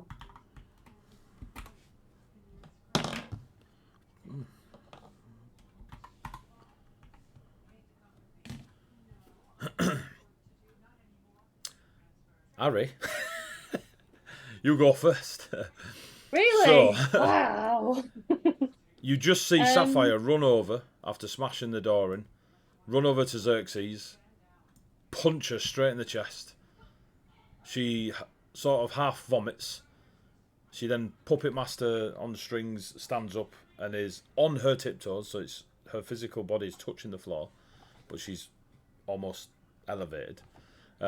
And the shadowy arms whipping out from her mouth, slapping at Sapphire for no reason. You react the quickest. What do you do? He'll. Okay. He knows what that's like because obviously it's just happened to him not too long ago. And the first thing he knew about it was cast a protection spell on him, if I remember rightly. And that's when he kind of passed out for the first time. So he's going to run over and just be like, Sapphire, stop! Because he knows that she probably can't do anything. And he's probably going to instinctively, like, he's not going to reach for his blade or anything like that. He's literally instinctively going to touch her shoulder and cast Cancelling Canto. Ooh. Fancy. Bard special! A Dragon Song Bard special! Ready to find the sheet for. So as you start to floor your beautiful draconic song, I always imagine Dragon Song is Barry White singing. I just love that guy. It's very low. Yeah, it's very low. Very low. You sing designed to disrupt and distract opposing spellcasters and performers. If a creature is cast in, and I know this isn't actually the use of the spell as such, but he's just instinctively going for it and trying to do something to help. If the creature is casting a spell or second level or lower, the spell fails and it has no effect. If it's casting a spell of third level or higher, make a charisma check. Essentially, it's counterspell, but at a lower level. Give me roll a d20 and add your spell casting modifier, which is charisma 3, I think. Yeah, it is. That is a 16. You run over and that draconic song flows through you almost reactively, as like you say, you're kind of just going over to help the situation. Through your mind, you're like how do I counter this? How do I counter it? And you sing. The draconic noise, the harmony of the draconic world flows from you and wraps around Xerxes. And there is she goes flat-footed onto the floor. The strings seemingly relax a little bit, and then up again. She becomes incredibly rigid, arms out, on her tiptoes. You can hear her choking and the neck muscles kind of straining. Her book, her personal wizarding book, some people call it a spell book, falls to the floor. Falls to the floor. Pages whip open, and it lands on a particular page. You don't recognise the arcane word. Oh, you might do actually. Give me an arcane check because now you. Oh God. your draconic-y stuff. My draconic-y stuff. Arcana. That is a 15. You don't know the name of the spell, but it's of the School of Conjuration, which seems to have opened on a page. Oh. From the page, magic starts to like a twist, a tornado kind of starts to form, and it is bright white, fades, goes into blues, then there are oranges and greens, and it kind of goes like a rainbow kaleidoscope type shape appears above the page, in a sort of, it comes together into an orb, and then like shoots away from the book through the holes into the tundra that the arms were scratching and digging through when you first came into the room. So this arcane orb, just maybe the size of a football, just shoots away from the spell book and out outside the castle, and then the book closes itself and Xerxes doesn't go limp again but goes into puppet master mode Do you do Harry anything does else? not understand any of this and what's going on. It doesn't appear that your counter worked. Harry does know that. Okay, cool. I mean, I knew it wasn't going to help. Yeah. That's Harry for you. Doesn't quite understand his own spells. It's okay. It's kind of like, Ruby, Cass, can you help? And we'll just kind of ready. Well, he's used his action, so he'll kind of get ready if it comes and moves, and if the Darkling basically comes out of, so he can attack the Darkling. Okay. He'll basically be ready to attack the Darkling, but he'll kind of move back to let other people get in there close. Okay. I might be wrong, but I believe Kess's dexterity is higher than Ruby's. Unless I believe so, yeah. So we'll Ruby's go with Kess next. got some shit going on that she's been keeping quiet. Yes. When Kess heard like the shout for like home, that's when he'll have like started like running towards him because he's like, oh shit. He's kind of picked up on what's going on with that kind of side of it. And instead of like running up to like engage like in combat as would usually be his thing, he's going to try and use the same like local dialect that they would have used as kids to say, you need to let Xerxes go or we can't get you home. Give me and that's the pure action for that. Give me a persuasion check.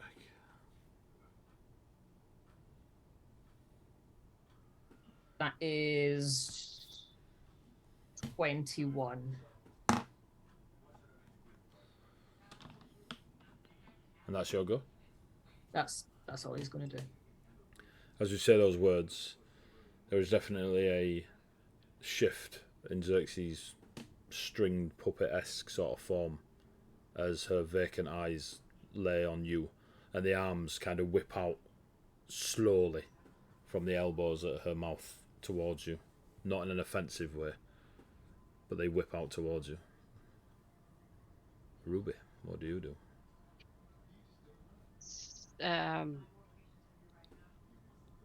Seeing as Ruby does the imminent descent into chaos with Sapphire already in a rage and students who might react unpredictably to what is happening here, I am going to bust out some cleric magic, and I'm going to cast Sanctuary on Xerxes.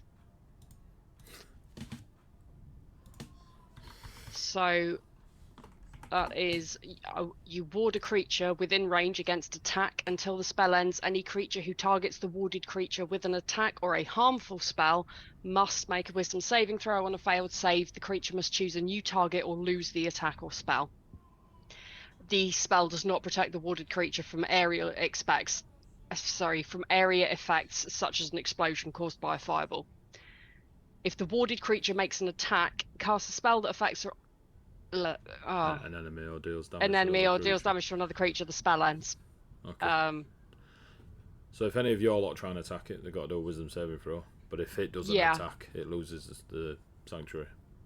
Yeah. Alright. You still want to do it? Yes. Cool. Just in the hopefully it will feel that magic and know that it's not harmful and be like, oh shit, they're trying to help us. That's a level 1 spell that I've used. Let's mark that off. So Ruby steps into the room, reaches out. Her clerical magic flows from her, wraps a divine sanctuary around Xerxes / Darkling. For the rest of you, there is a moment of, you look expecting to see Okarian sat in a corner laughing at you, but you don't. It's just periphery.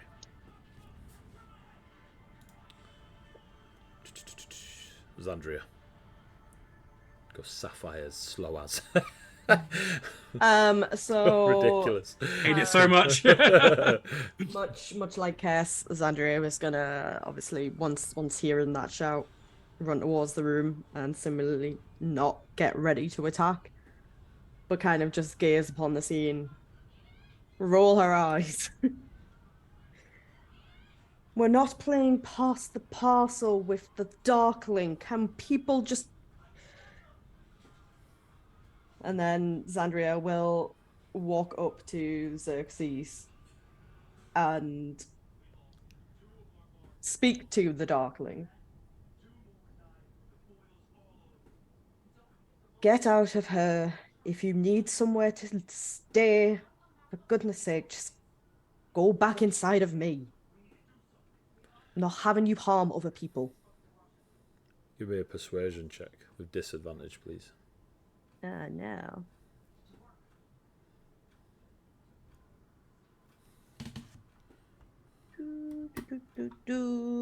16. On a disadvantage. Disadvantage. Cool. Nice rolls.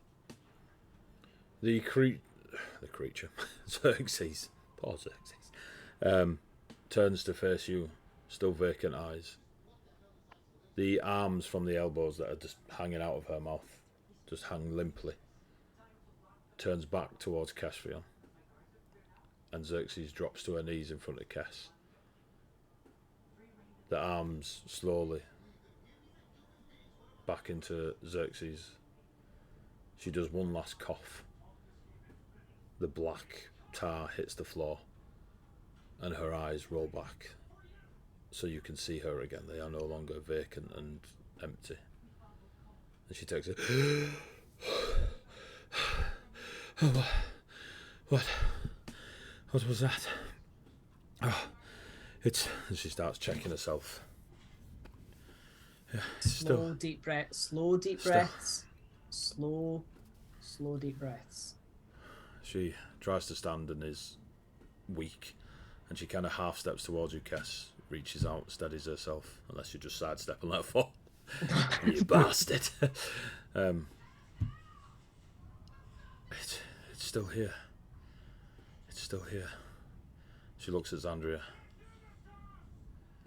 It knows you. Looks at Harry. It knows you as well.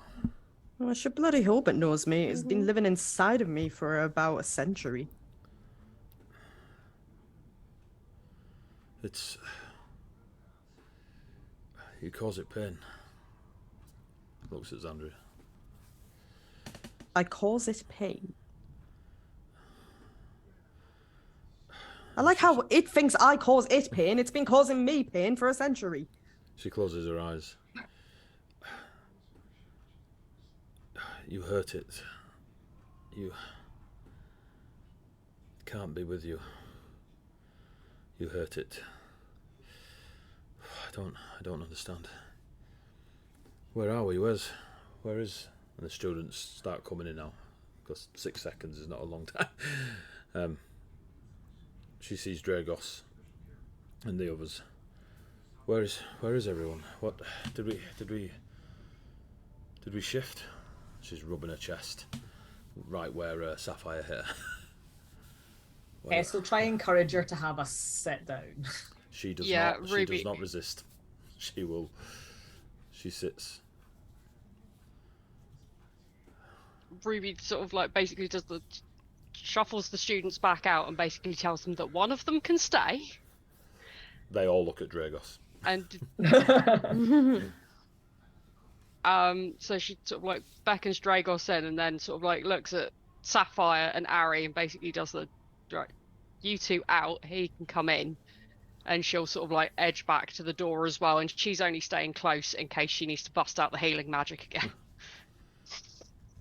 Dragos comes in, nods to those in there, explains, we've lost Mentor Rose and Mentor Hikaro. And some of the students' names who I can't remember, and there's only 8 of them. That's really bad. Beautiful. Ramona. Karina and Doru and Ramona have fallen, Mentor Xerxes. The fiends were efficient, and yes, as Gesfion says, Hikro and Rose also. It's just yourself and Mentor Dean. Amelia is with Mentor Dean, and Radu, Mercia, and Ladina are all outside the room. But that's all that's left of us, and these folk here, and just kind of nods. Xerxes is taking it all in, looking around the room, looking at all the broken bits of the circle where the magic wasn't bound or the incomplete. She's looking at the ceiling. Do we know where we are? She's kind of trying to straighten herself and hold that posture she did when you first met her. Welcome to winter. Welcome to winter. Not the realm we were aiming for, but it was definitely a possibility of the one Hikro was trying to shift to. How are you? She looks across at you, Xandria. She looks straight, like you can see the bags under her eyes already. It's already kicking in. Well, I mean, I feel fine, but that's because I don't have a darkling living inside of me. It turns out it's not a darkling. That's their name. What, darkling is their name? Yes. Right. Well, I never did really get the chance to, speak with them. I think Ari had more conversations with him than whatever, in the short period of time that it was living in Ari.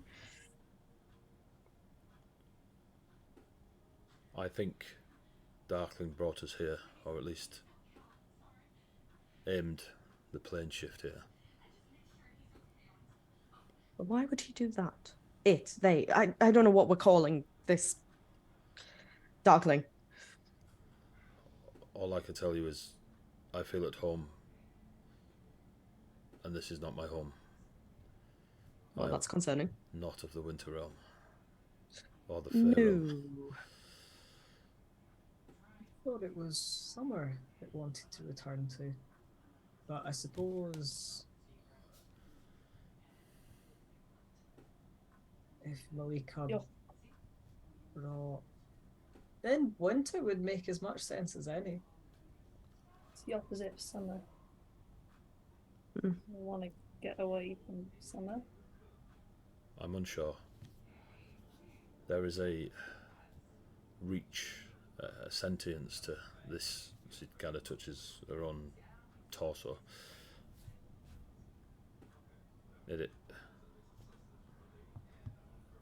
It's intelligent.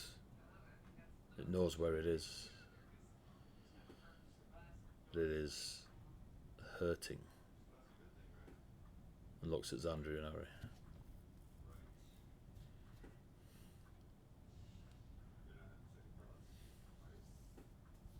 You see Xerxes look to the hole in the floor that leads out to the tundras. He wants to leave. I don't know what you wish to do. In all my years here as a mentor, this is nothing I've come across could explain. I mean, possessions and such are demonic, fiendish in nature, sometimes spirits. This is different.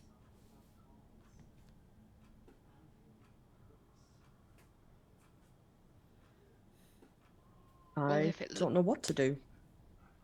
If it leaves, then it will be in danger. I mean, I can't imagine that whatever it's wanted for would leave it intact.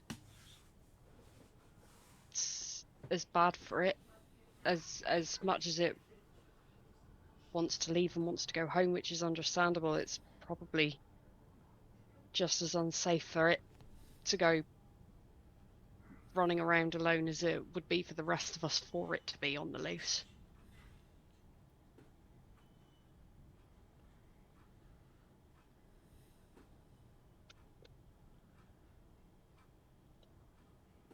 I will follow your lead on this. If we are of the Winter Realm, it won't be long if they're not already eyes on us. There seems to have been, I would assume, Darkling created the break of the ritual to force us here. You do not enter another realm without those that control the realm knowing about it. We should probably try to make contact so it seems we're at least being courteous. Agreed. We've only ever had contact with one person from Winter before, and it was very brief, but it could be, like you said, they know we're here. They're probably about to shut the door, but at least to pretend, or not pretend, but to try and show some decency in it.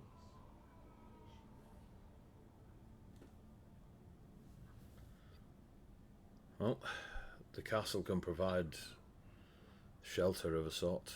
We have food here and can create it magically if needs be. The circle will need repairing if we are to leave, or at least the castle is to leave. Or maybe we can fix it enough to just us and leave the Deuce in here. But there's a sadness when she says, or even contemplates that. You said Mentor Dean was still alive. Dragos nods. That's good. He chalked out the first one. Well, why don't we let's get upstairs? We can carry you if you're feeling weak. We'll find Dean. We'll find a way to get in contact. Perhaps I can ask if there's a bird or a creature around. They could take word for us. They're usually fairly obliging if I ask nicely.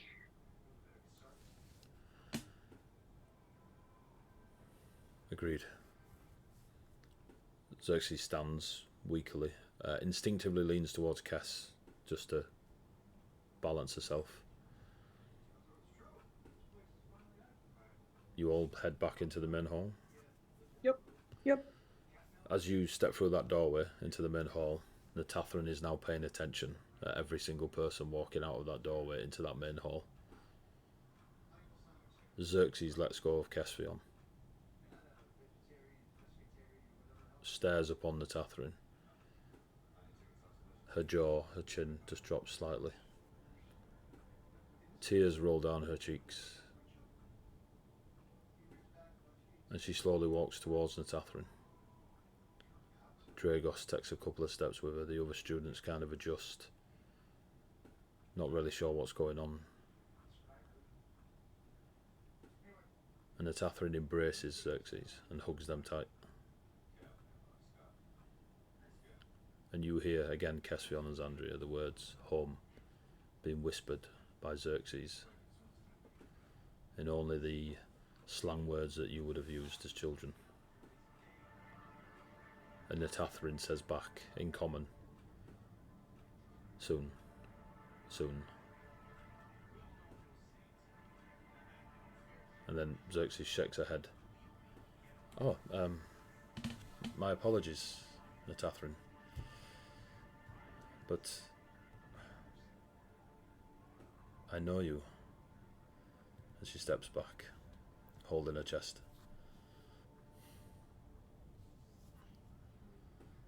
Well, yes, let us... A breath of fresh air would be good. And the Tathrin stays in step with Xerxes. For her size, she's the closest one to her.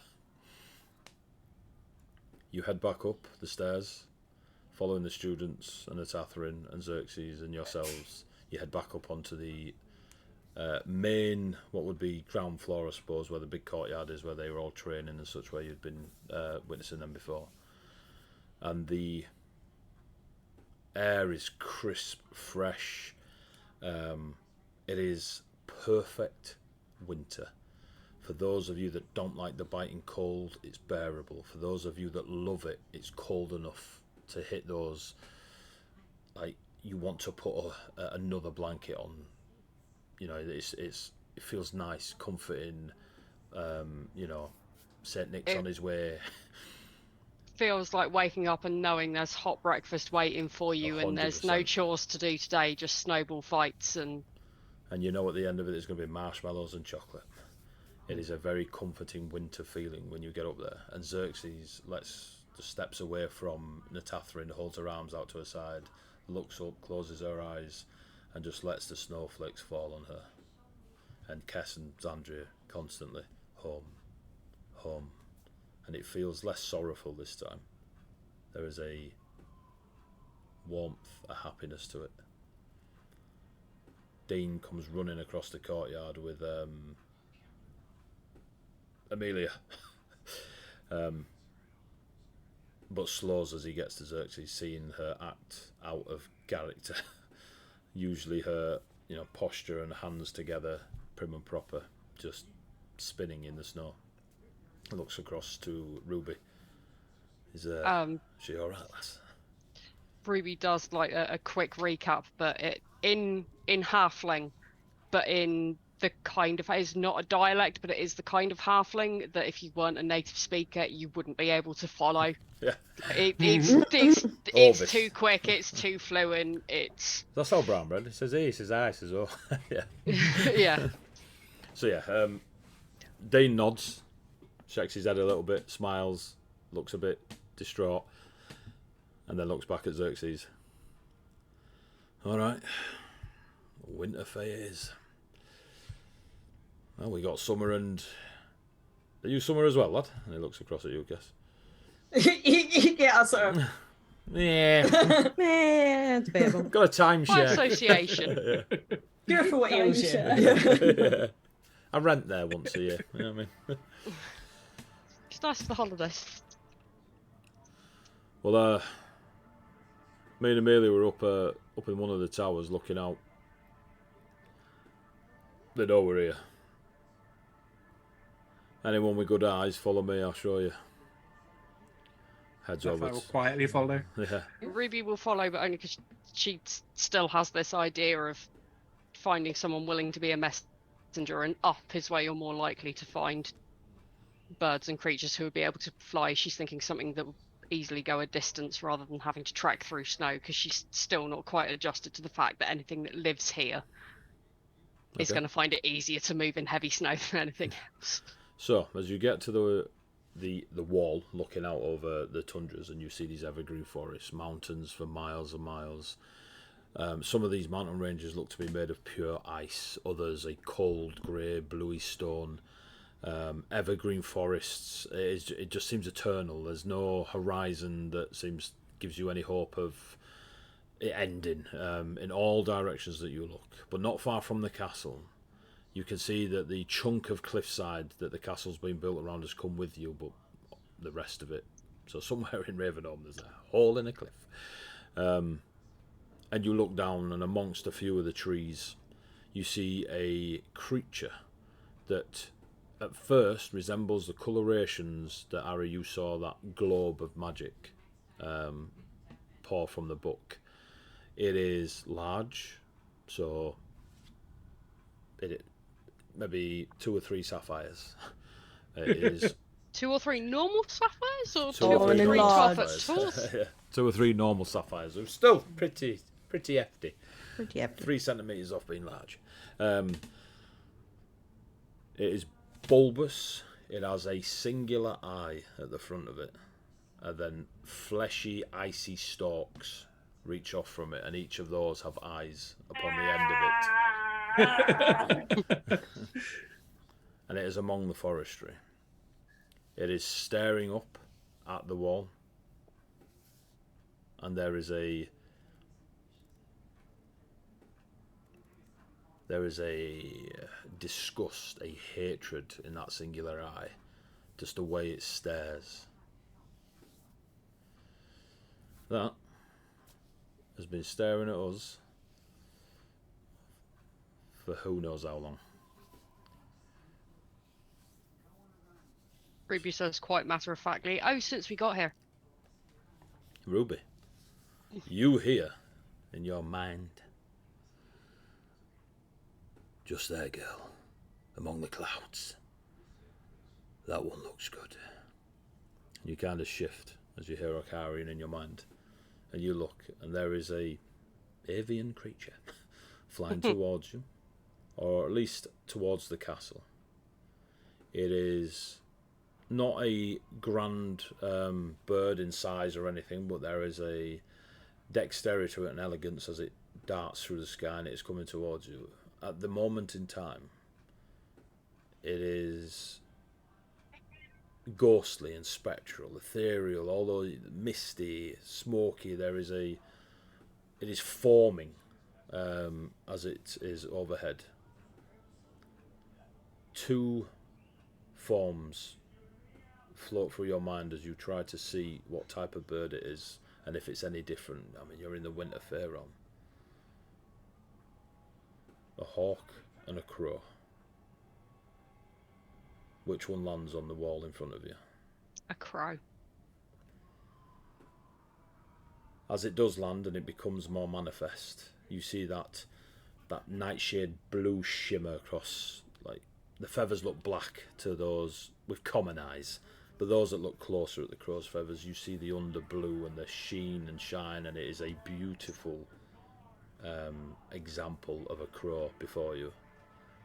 The eyes look at you knowingly, intelligently, and you just hear Akarian laughing. Always knew it'd be crow. Ruby gives a sort of like soft noise, like kind of dismissive, "Oh, shut up," kind of noise. Which they will probably guess, the others, because it's the kind of noise people make at Akarian a lot. Sandra's had a few. Got 4 little trees. But then sort of not mocking the bird or mimicking it, but that sort of like that way crows kind of like look at you, like try to like get you in like both eyes, like yeah. So she sort of like tilts her head back to it and just goes, "Hello." It spreads one wing and crosses it over its chest and gives you a little bow.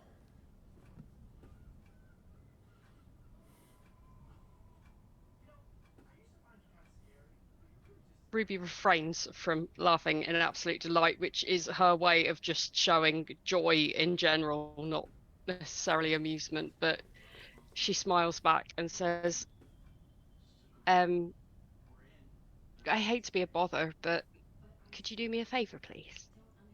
It rights itself and kind of tilts its head to listen. 2 massive ears. Could you please let Cass, what was he called? The winter at the Rabe. Who did we meet from Winter? Winter's last gasp, was it? The first breath of winter. Winter's last gasp. That is exactly how that played out. Winter's last. Yeah, the crows very much like Sapphire, absolutely. Crows can actually laugh, like it is like actually laughing at Sapphire. But yeah, as Kess says it, Sapphire's like, "Oh yeah, that's Winter's last gasp." There's a little bit of a. That's about right. What I said, yeah. So that was exactly the opposite of the actual fucking hell. Please, could you tell the first breath of winter that the Darshal Adusian has found itself here following an emergency planar shift, and we're sorry for intruding.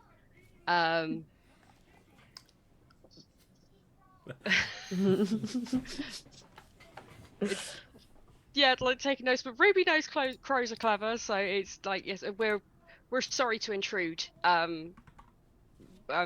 We're not here to bring harm or cause trouble. Thank you. Again, the wing goes out, cuts across its body, it gives a little bow, and it takes off to the skies. You see Dean looking at you. Typical. Rest of you, do we want to do aught about that?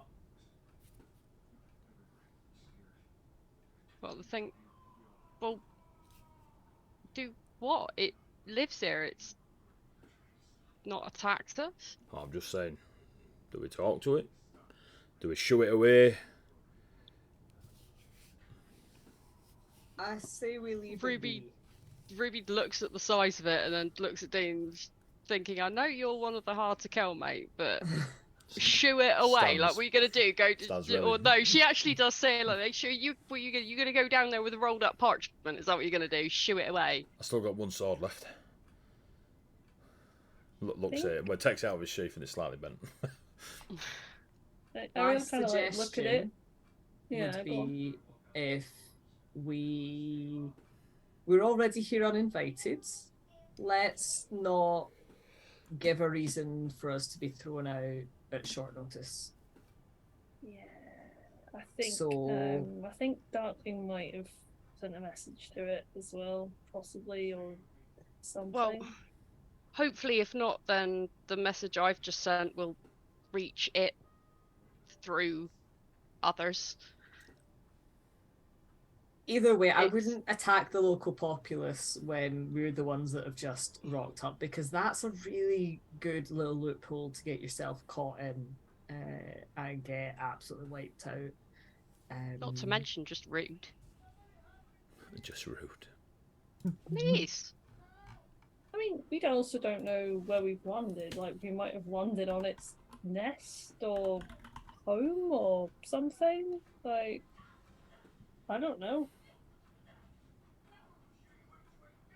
Seems if it's leaving us alone, I'd say to leave it alone. Kind of keeps looking at just how big it is.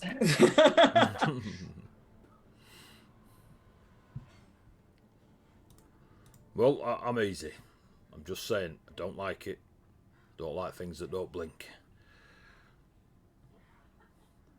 Oh, I'm not saying that it's going to like us either. Nobody particularly gets on with a red cap, but you don't pick a fight with one if you don't have to. And that's a lot bigger than a red cap. Sapphire makes like a face, like I really wanna. Doesn't say it, just that's the face. Just yeah, well, Ruby sees the face and goes, look, it's not a fiend, and it's minding its own business for now. No, I know. You've punched enough today. I know, I just want pointed at something. Everything's talking and politics, and you can tell there's more to this than just wanting to punch things. So this might be Sapphire dealing with his troubles.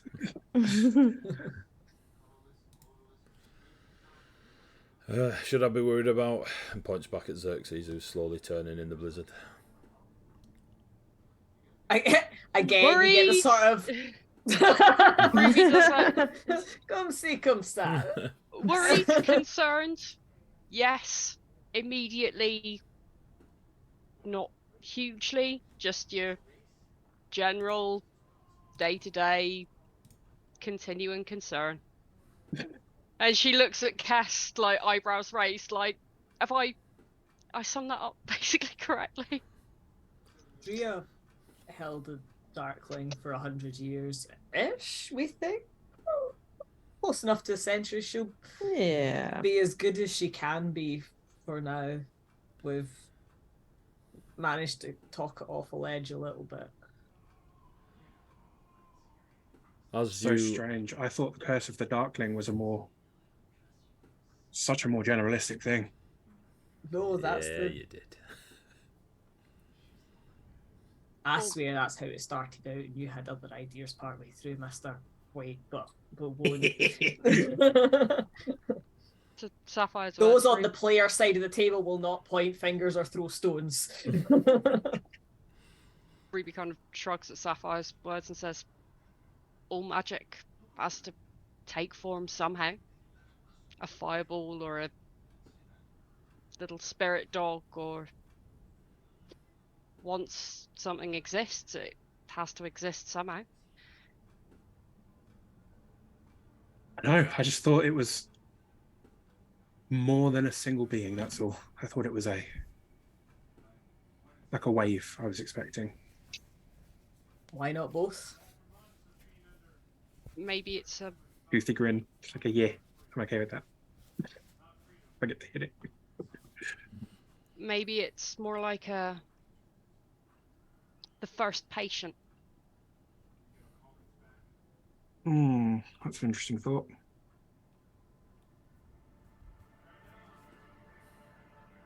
It's an ominous noise to go along with an interesting Yeah. thought.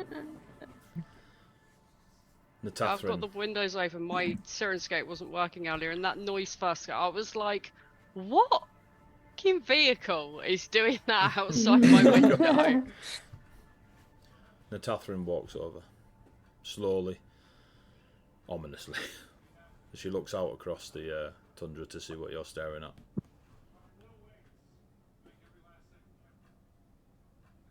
That is Baltan, the Prince of Blizzards.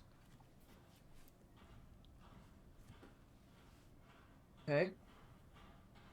They will challenge you whether you like it or not. You're fantastic. If you stay here and refuse the challenge, I don't know what will happen. If you go out there and face Baltan, I do not know what will happen. Sapphire crosses his arms, tries not to look hopeful. By the laws of Artarian, I cannot interfere with the monarchy of winter.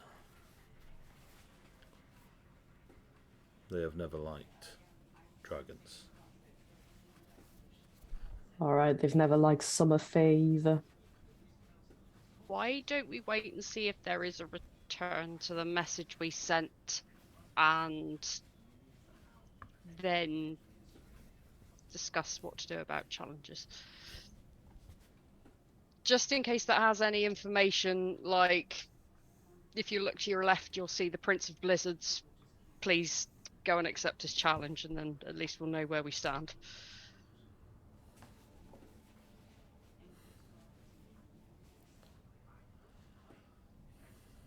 I don't think anyone else has got any ideas, so... Dane looks at you, Ruby.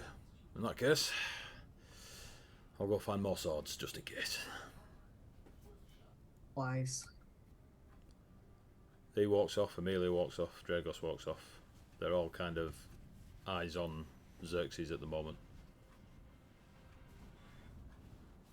Natathryn still stays there. If Darkling brought us here,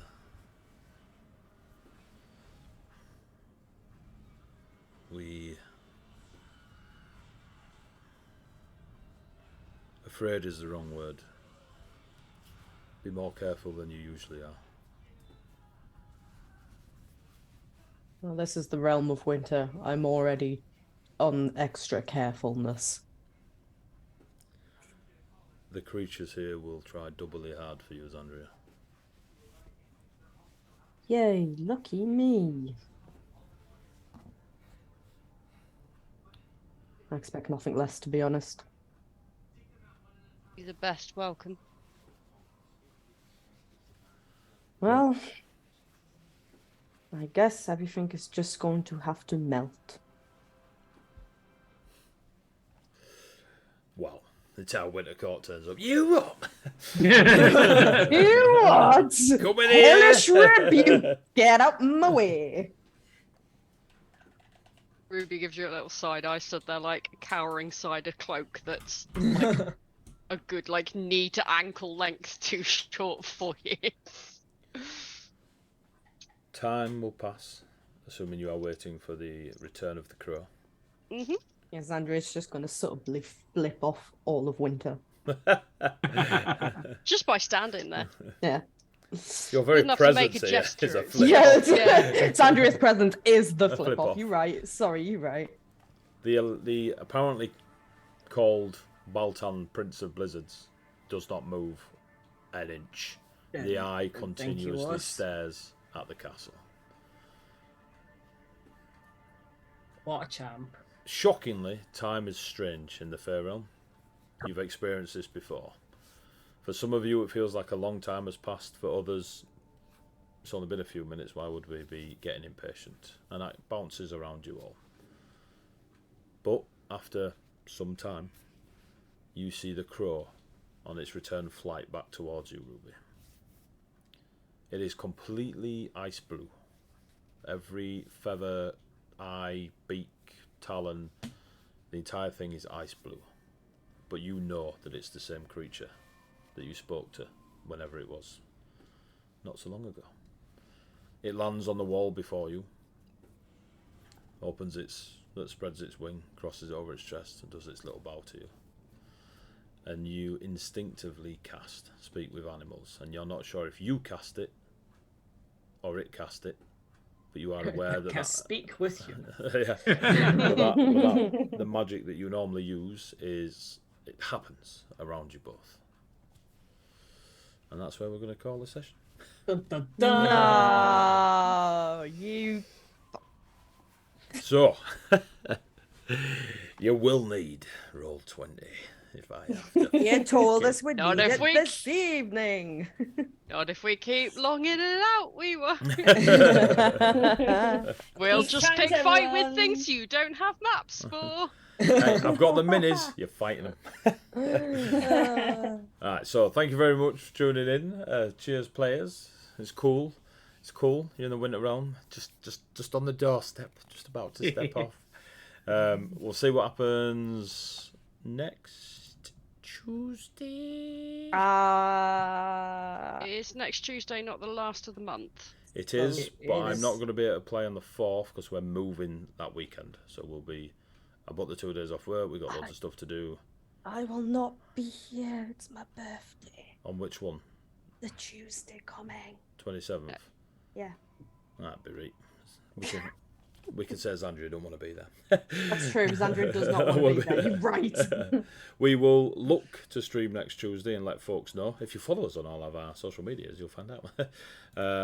If the party are available, we shall try and play. If not, well, we won't. So, thank you for joining us. Thank you for the bits and the follows and whatever else I missed happening or not happening.